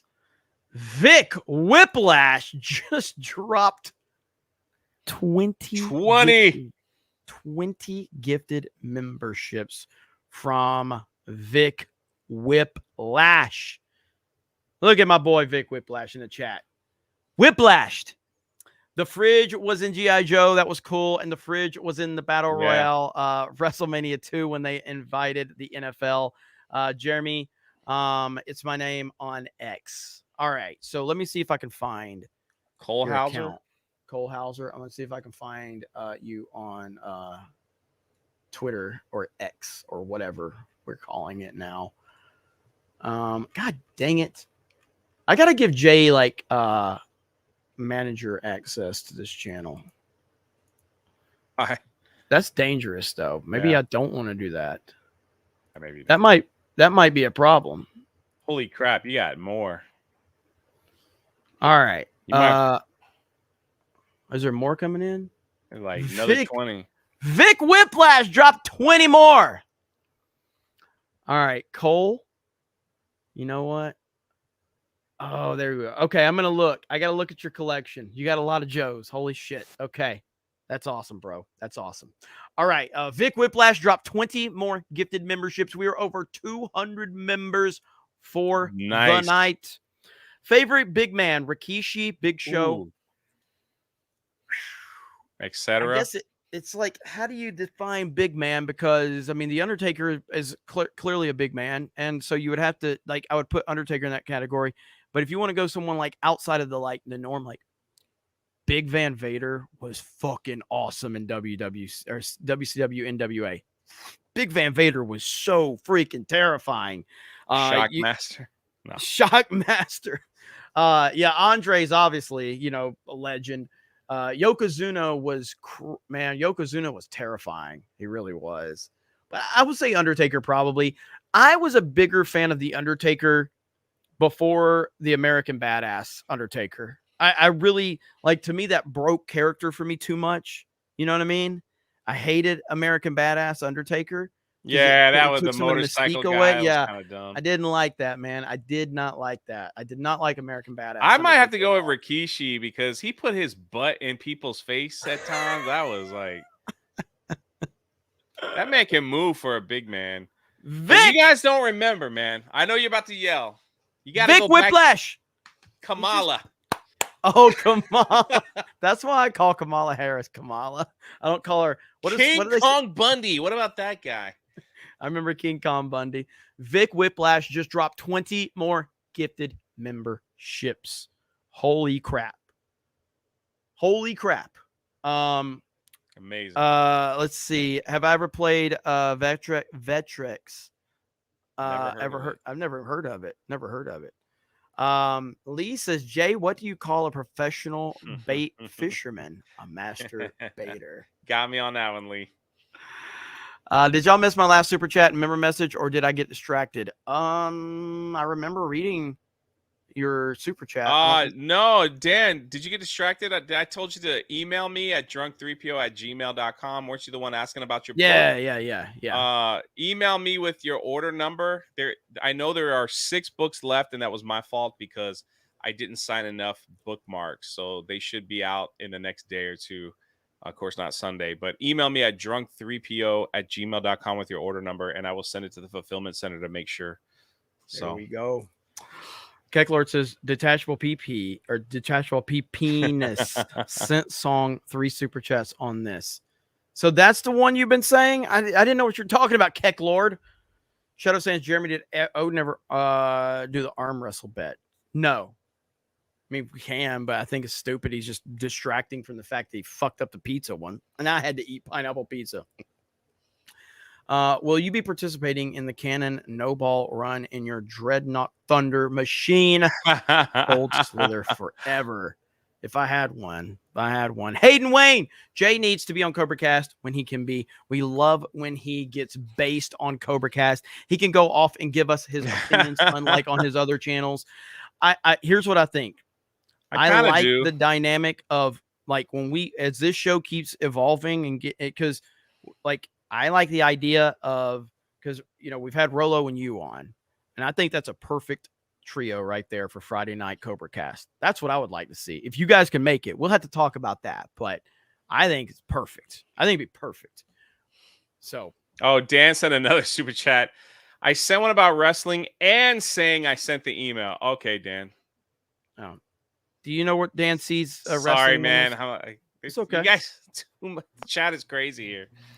Yeah. So the ones I've got for Dan are the email one, and then he sent a member message about the Oliver Anthony music guy.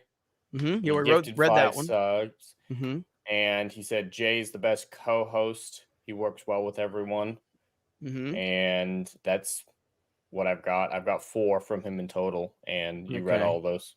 Okay. Yeah, he said he sent one about wrestling. See if you can. I don't see that one, but we can look and see. Cole House just Big John Stud, Hillbilly Jim, Don Morocco. Big John Stud, yeah. Big John Stud. Now you're going way back. Big John. In the email one, he mentioned some wrestling stuff.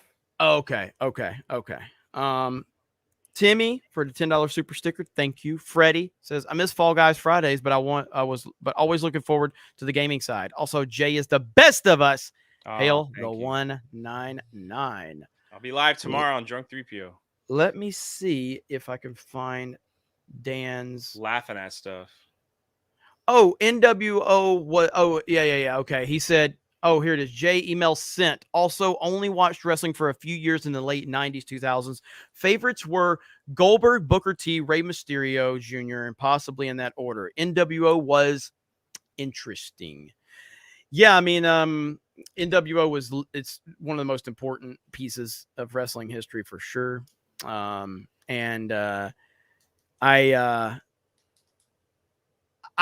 go back and I watch so much old school wrestling that it's crazy. If you actually if people looked at my timeline for like YouTube, my watch history, they would be like, what the hell? You watch this much? Dude, WWE Network was the greatest subscriber. I loved that WWE Network when you had to pay. Yeah, and it's on Peacock now, right? Is it like all the old matches and stuff too?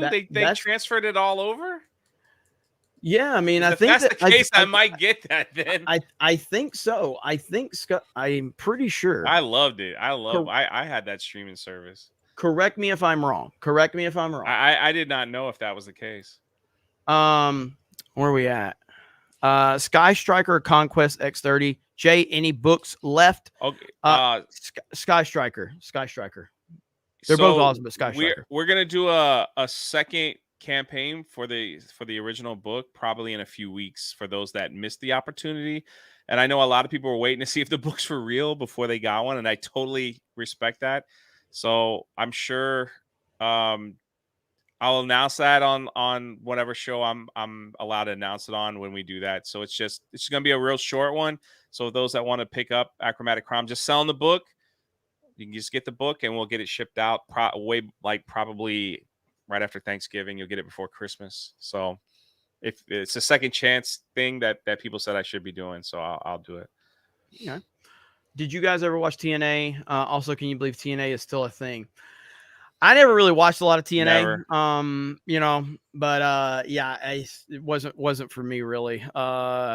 Corporal Kirshner was our GI Joe. Is wrestling. Cole Hauser's worked up, man. I love it. Cole Hauser's always in here to talk Joes and wrestling. He's got to be loving this conversation tonight. All right, let me see if we're ready for Hailstorm. By the way, real quick, chat. If Elon and Zuckerberg fight, who do you think is going to win? Because Elon's claiming it's going to happen. The fight will be managed by mine and Zuck's foundations, not UFC. Live stream will be on this platform and Meta. Everything in camera frame will be in ancient Rome, so nothing modern at all. I think Zuckerberg will beat the fuck out of him. dude. Yeah, I'm sorry. I think so too. Like Zuckerberg's actually training, man. Like I'm But obviously he's pulling been for training Elon. in jiu-jitsu for years. Zuckerberg is gonna beat the shit out of him, dude. All right, like that's a recent picture. Well, he's training with MMA fighters. I think Zuckerberg's gonna beat the shit out of Elon. I'm pulling for Elon, but I think Zuckerberg's gonna fuck him up. So we shall see. There's a lot of Elon love in the chat, which I totally understand. You know, I hope Elon messes him up, but I'm not sure it's actually going to happen. Well, it's time, ladies and gentlemen. We have gotten to that time of the night. We have hit the 3-hour mark, by the way. That's right, but Trump is training Elon. I forgot about that. Trump is training Elon. But we have gotten to that time of the night. Ladies and gentlemen, boys and girls, children of all ages, CobraCast 199 is proud to present to you tonight's Beard of Shame. Yeah. Fuck you. Heartfelt.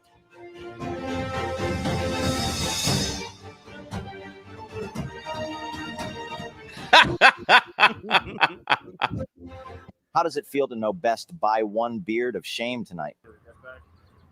So who are you calling? Your mother? Tell her Big Papa Daddy O'Keefe says hello. And All right, that's good. Oh, That was man, good, that's Hailstorm. glorious. And Hailstorm only had a little while to put that together, so good job, Hailstorm, on short notice. That was really good. That is awesome. That was good, Hailstorm. Very well done, sir. Very well done. Oh man. Stuart Halverson's I had wrestling buddies. Oh, the wrestling buddies pillows. Yes. Pillows growing up. Hulk Hogan Ultimate Warrior. Did you guys have any? I never had Hogan. never had one, and I wanted one so bad, but I never had one. Go ahead. No, I had the Hogan. You had the Hogan one? Yeah, I wanted those so bad. Elon will have the mouth of the South, Jimmy Hart. That would be great. Oh, that would help. Elon will give Zuck the shocker. Hayden, depends on the rules for Elon, a Zuck fight, MMA or boxing. I think Elon, with the reach, could win in boxing, but if he trains. Yeah, I think Zuckerberg's got a lot of training under his belt, and that's really what it comes down to. I'm pulling for Elon, though. Jeremy, if you're not in the TNA, I got news for you. Yeah, I knew how to get memed on that Jeff one. Jarrett's wrestling. All right, you guys want me to play Beard of Shame one more time? I can run Beard of Shame one more time for you. Let's see here. Here we go. Yeah. Fuck you. Heartfelt.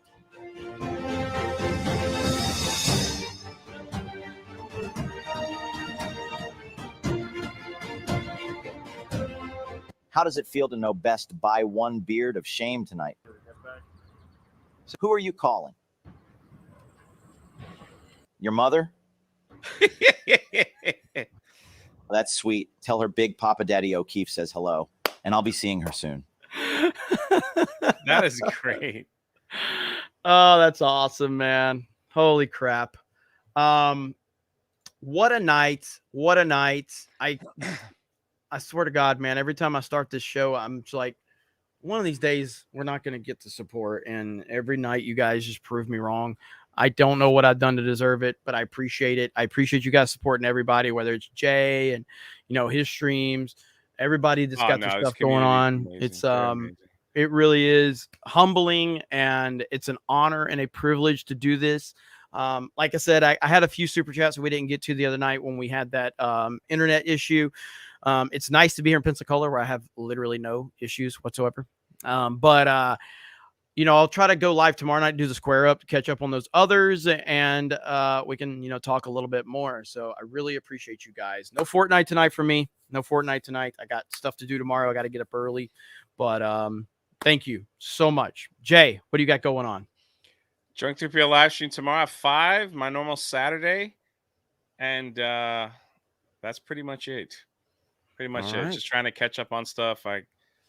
Pirate videos and all that stuff is going to drop too. So all good stuff. And me and Krista will be at SeaWorld on Sunday for park hopping. So look for that live stream. She wants to look at the porpoises.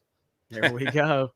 Luca Underground was awesome. Mexican style mixed with American wrestling. Check it out if you can. It was so entertaining. Lucha. I don't know why I said Luca. Lucha, like Lucha Libre. Cole Hauser, Elon has to have no chance as his into. You mean intro? Okay. Oh, okay. Elon having no chance as his intro. No chance. That's what no you chance. got. Yeah. Hell yeah, that'd be badass. Beard of Shame is so good with Hailstorm doing that with AI. It's also scary. It's election season. Yes, indeed. Flag Ninja, Elon treating it like a meme, like Tyson says. Everyone has a plan until they get punched in the face. That is true. Holy Piano crap. Dean with 50. When I write lyrics, I get inspired by visiting a local pond. I jot down everything I see there. This process has inspired lyrics like pond. There is the pond. I see a pond. There it is. The pond's there. It's magical. I felt that. And I'm tingling where I felt it. Piano Dean has the best comments. I man. know. I felt it, man. It's tingling. Shout out to you, Piano Dean. And thank you. Greedo Gaming says, Jeremy, you know you want to play Fortnite. God dang it. I do, but I don't have time. The Polo Soy Boy is 100% an Epstein wannabe. Oh, man. Damn. Savage. I can't tonight. I've got to get some sleep. I appreciate you guys. Holy crap.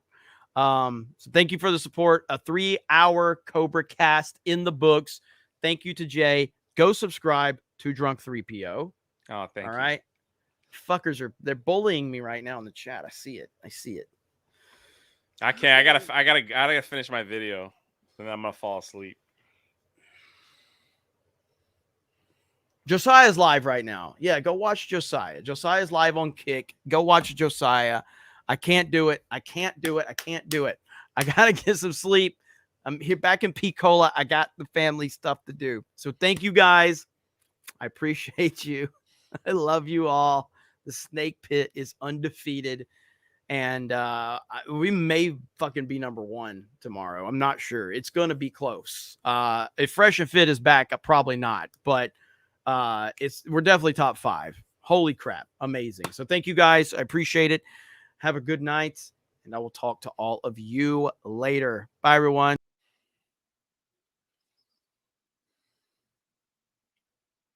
Bye.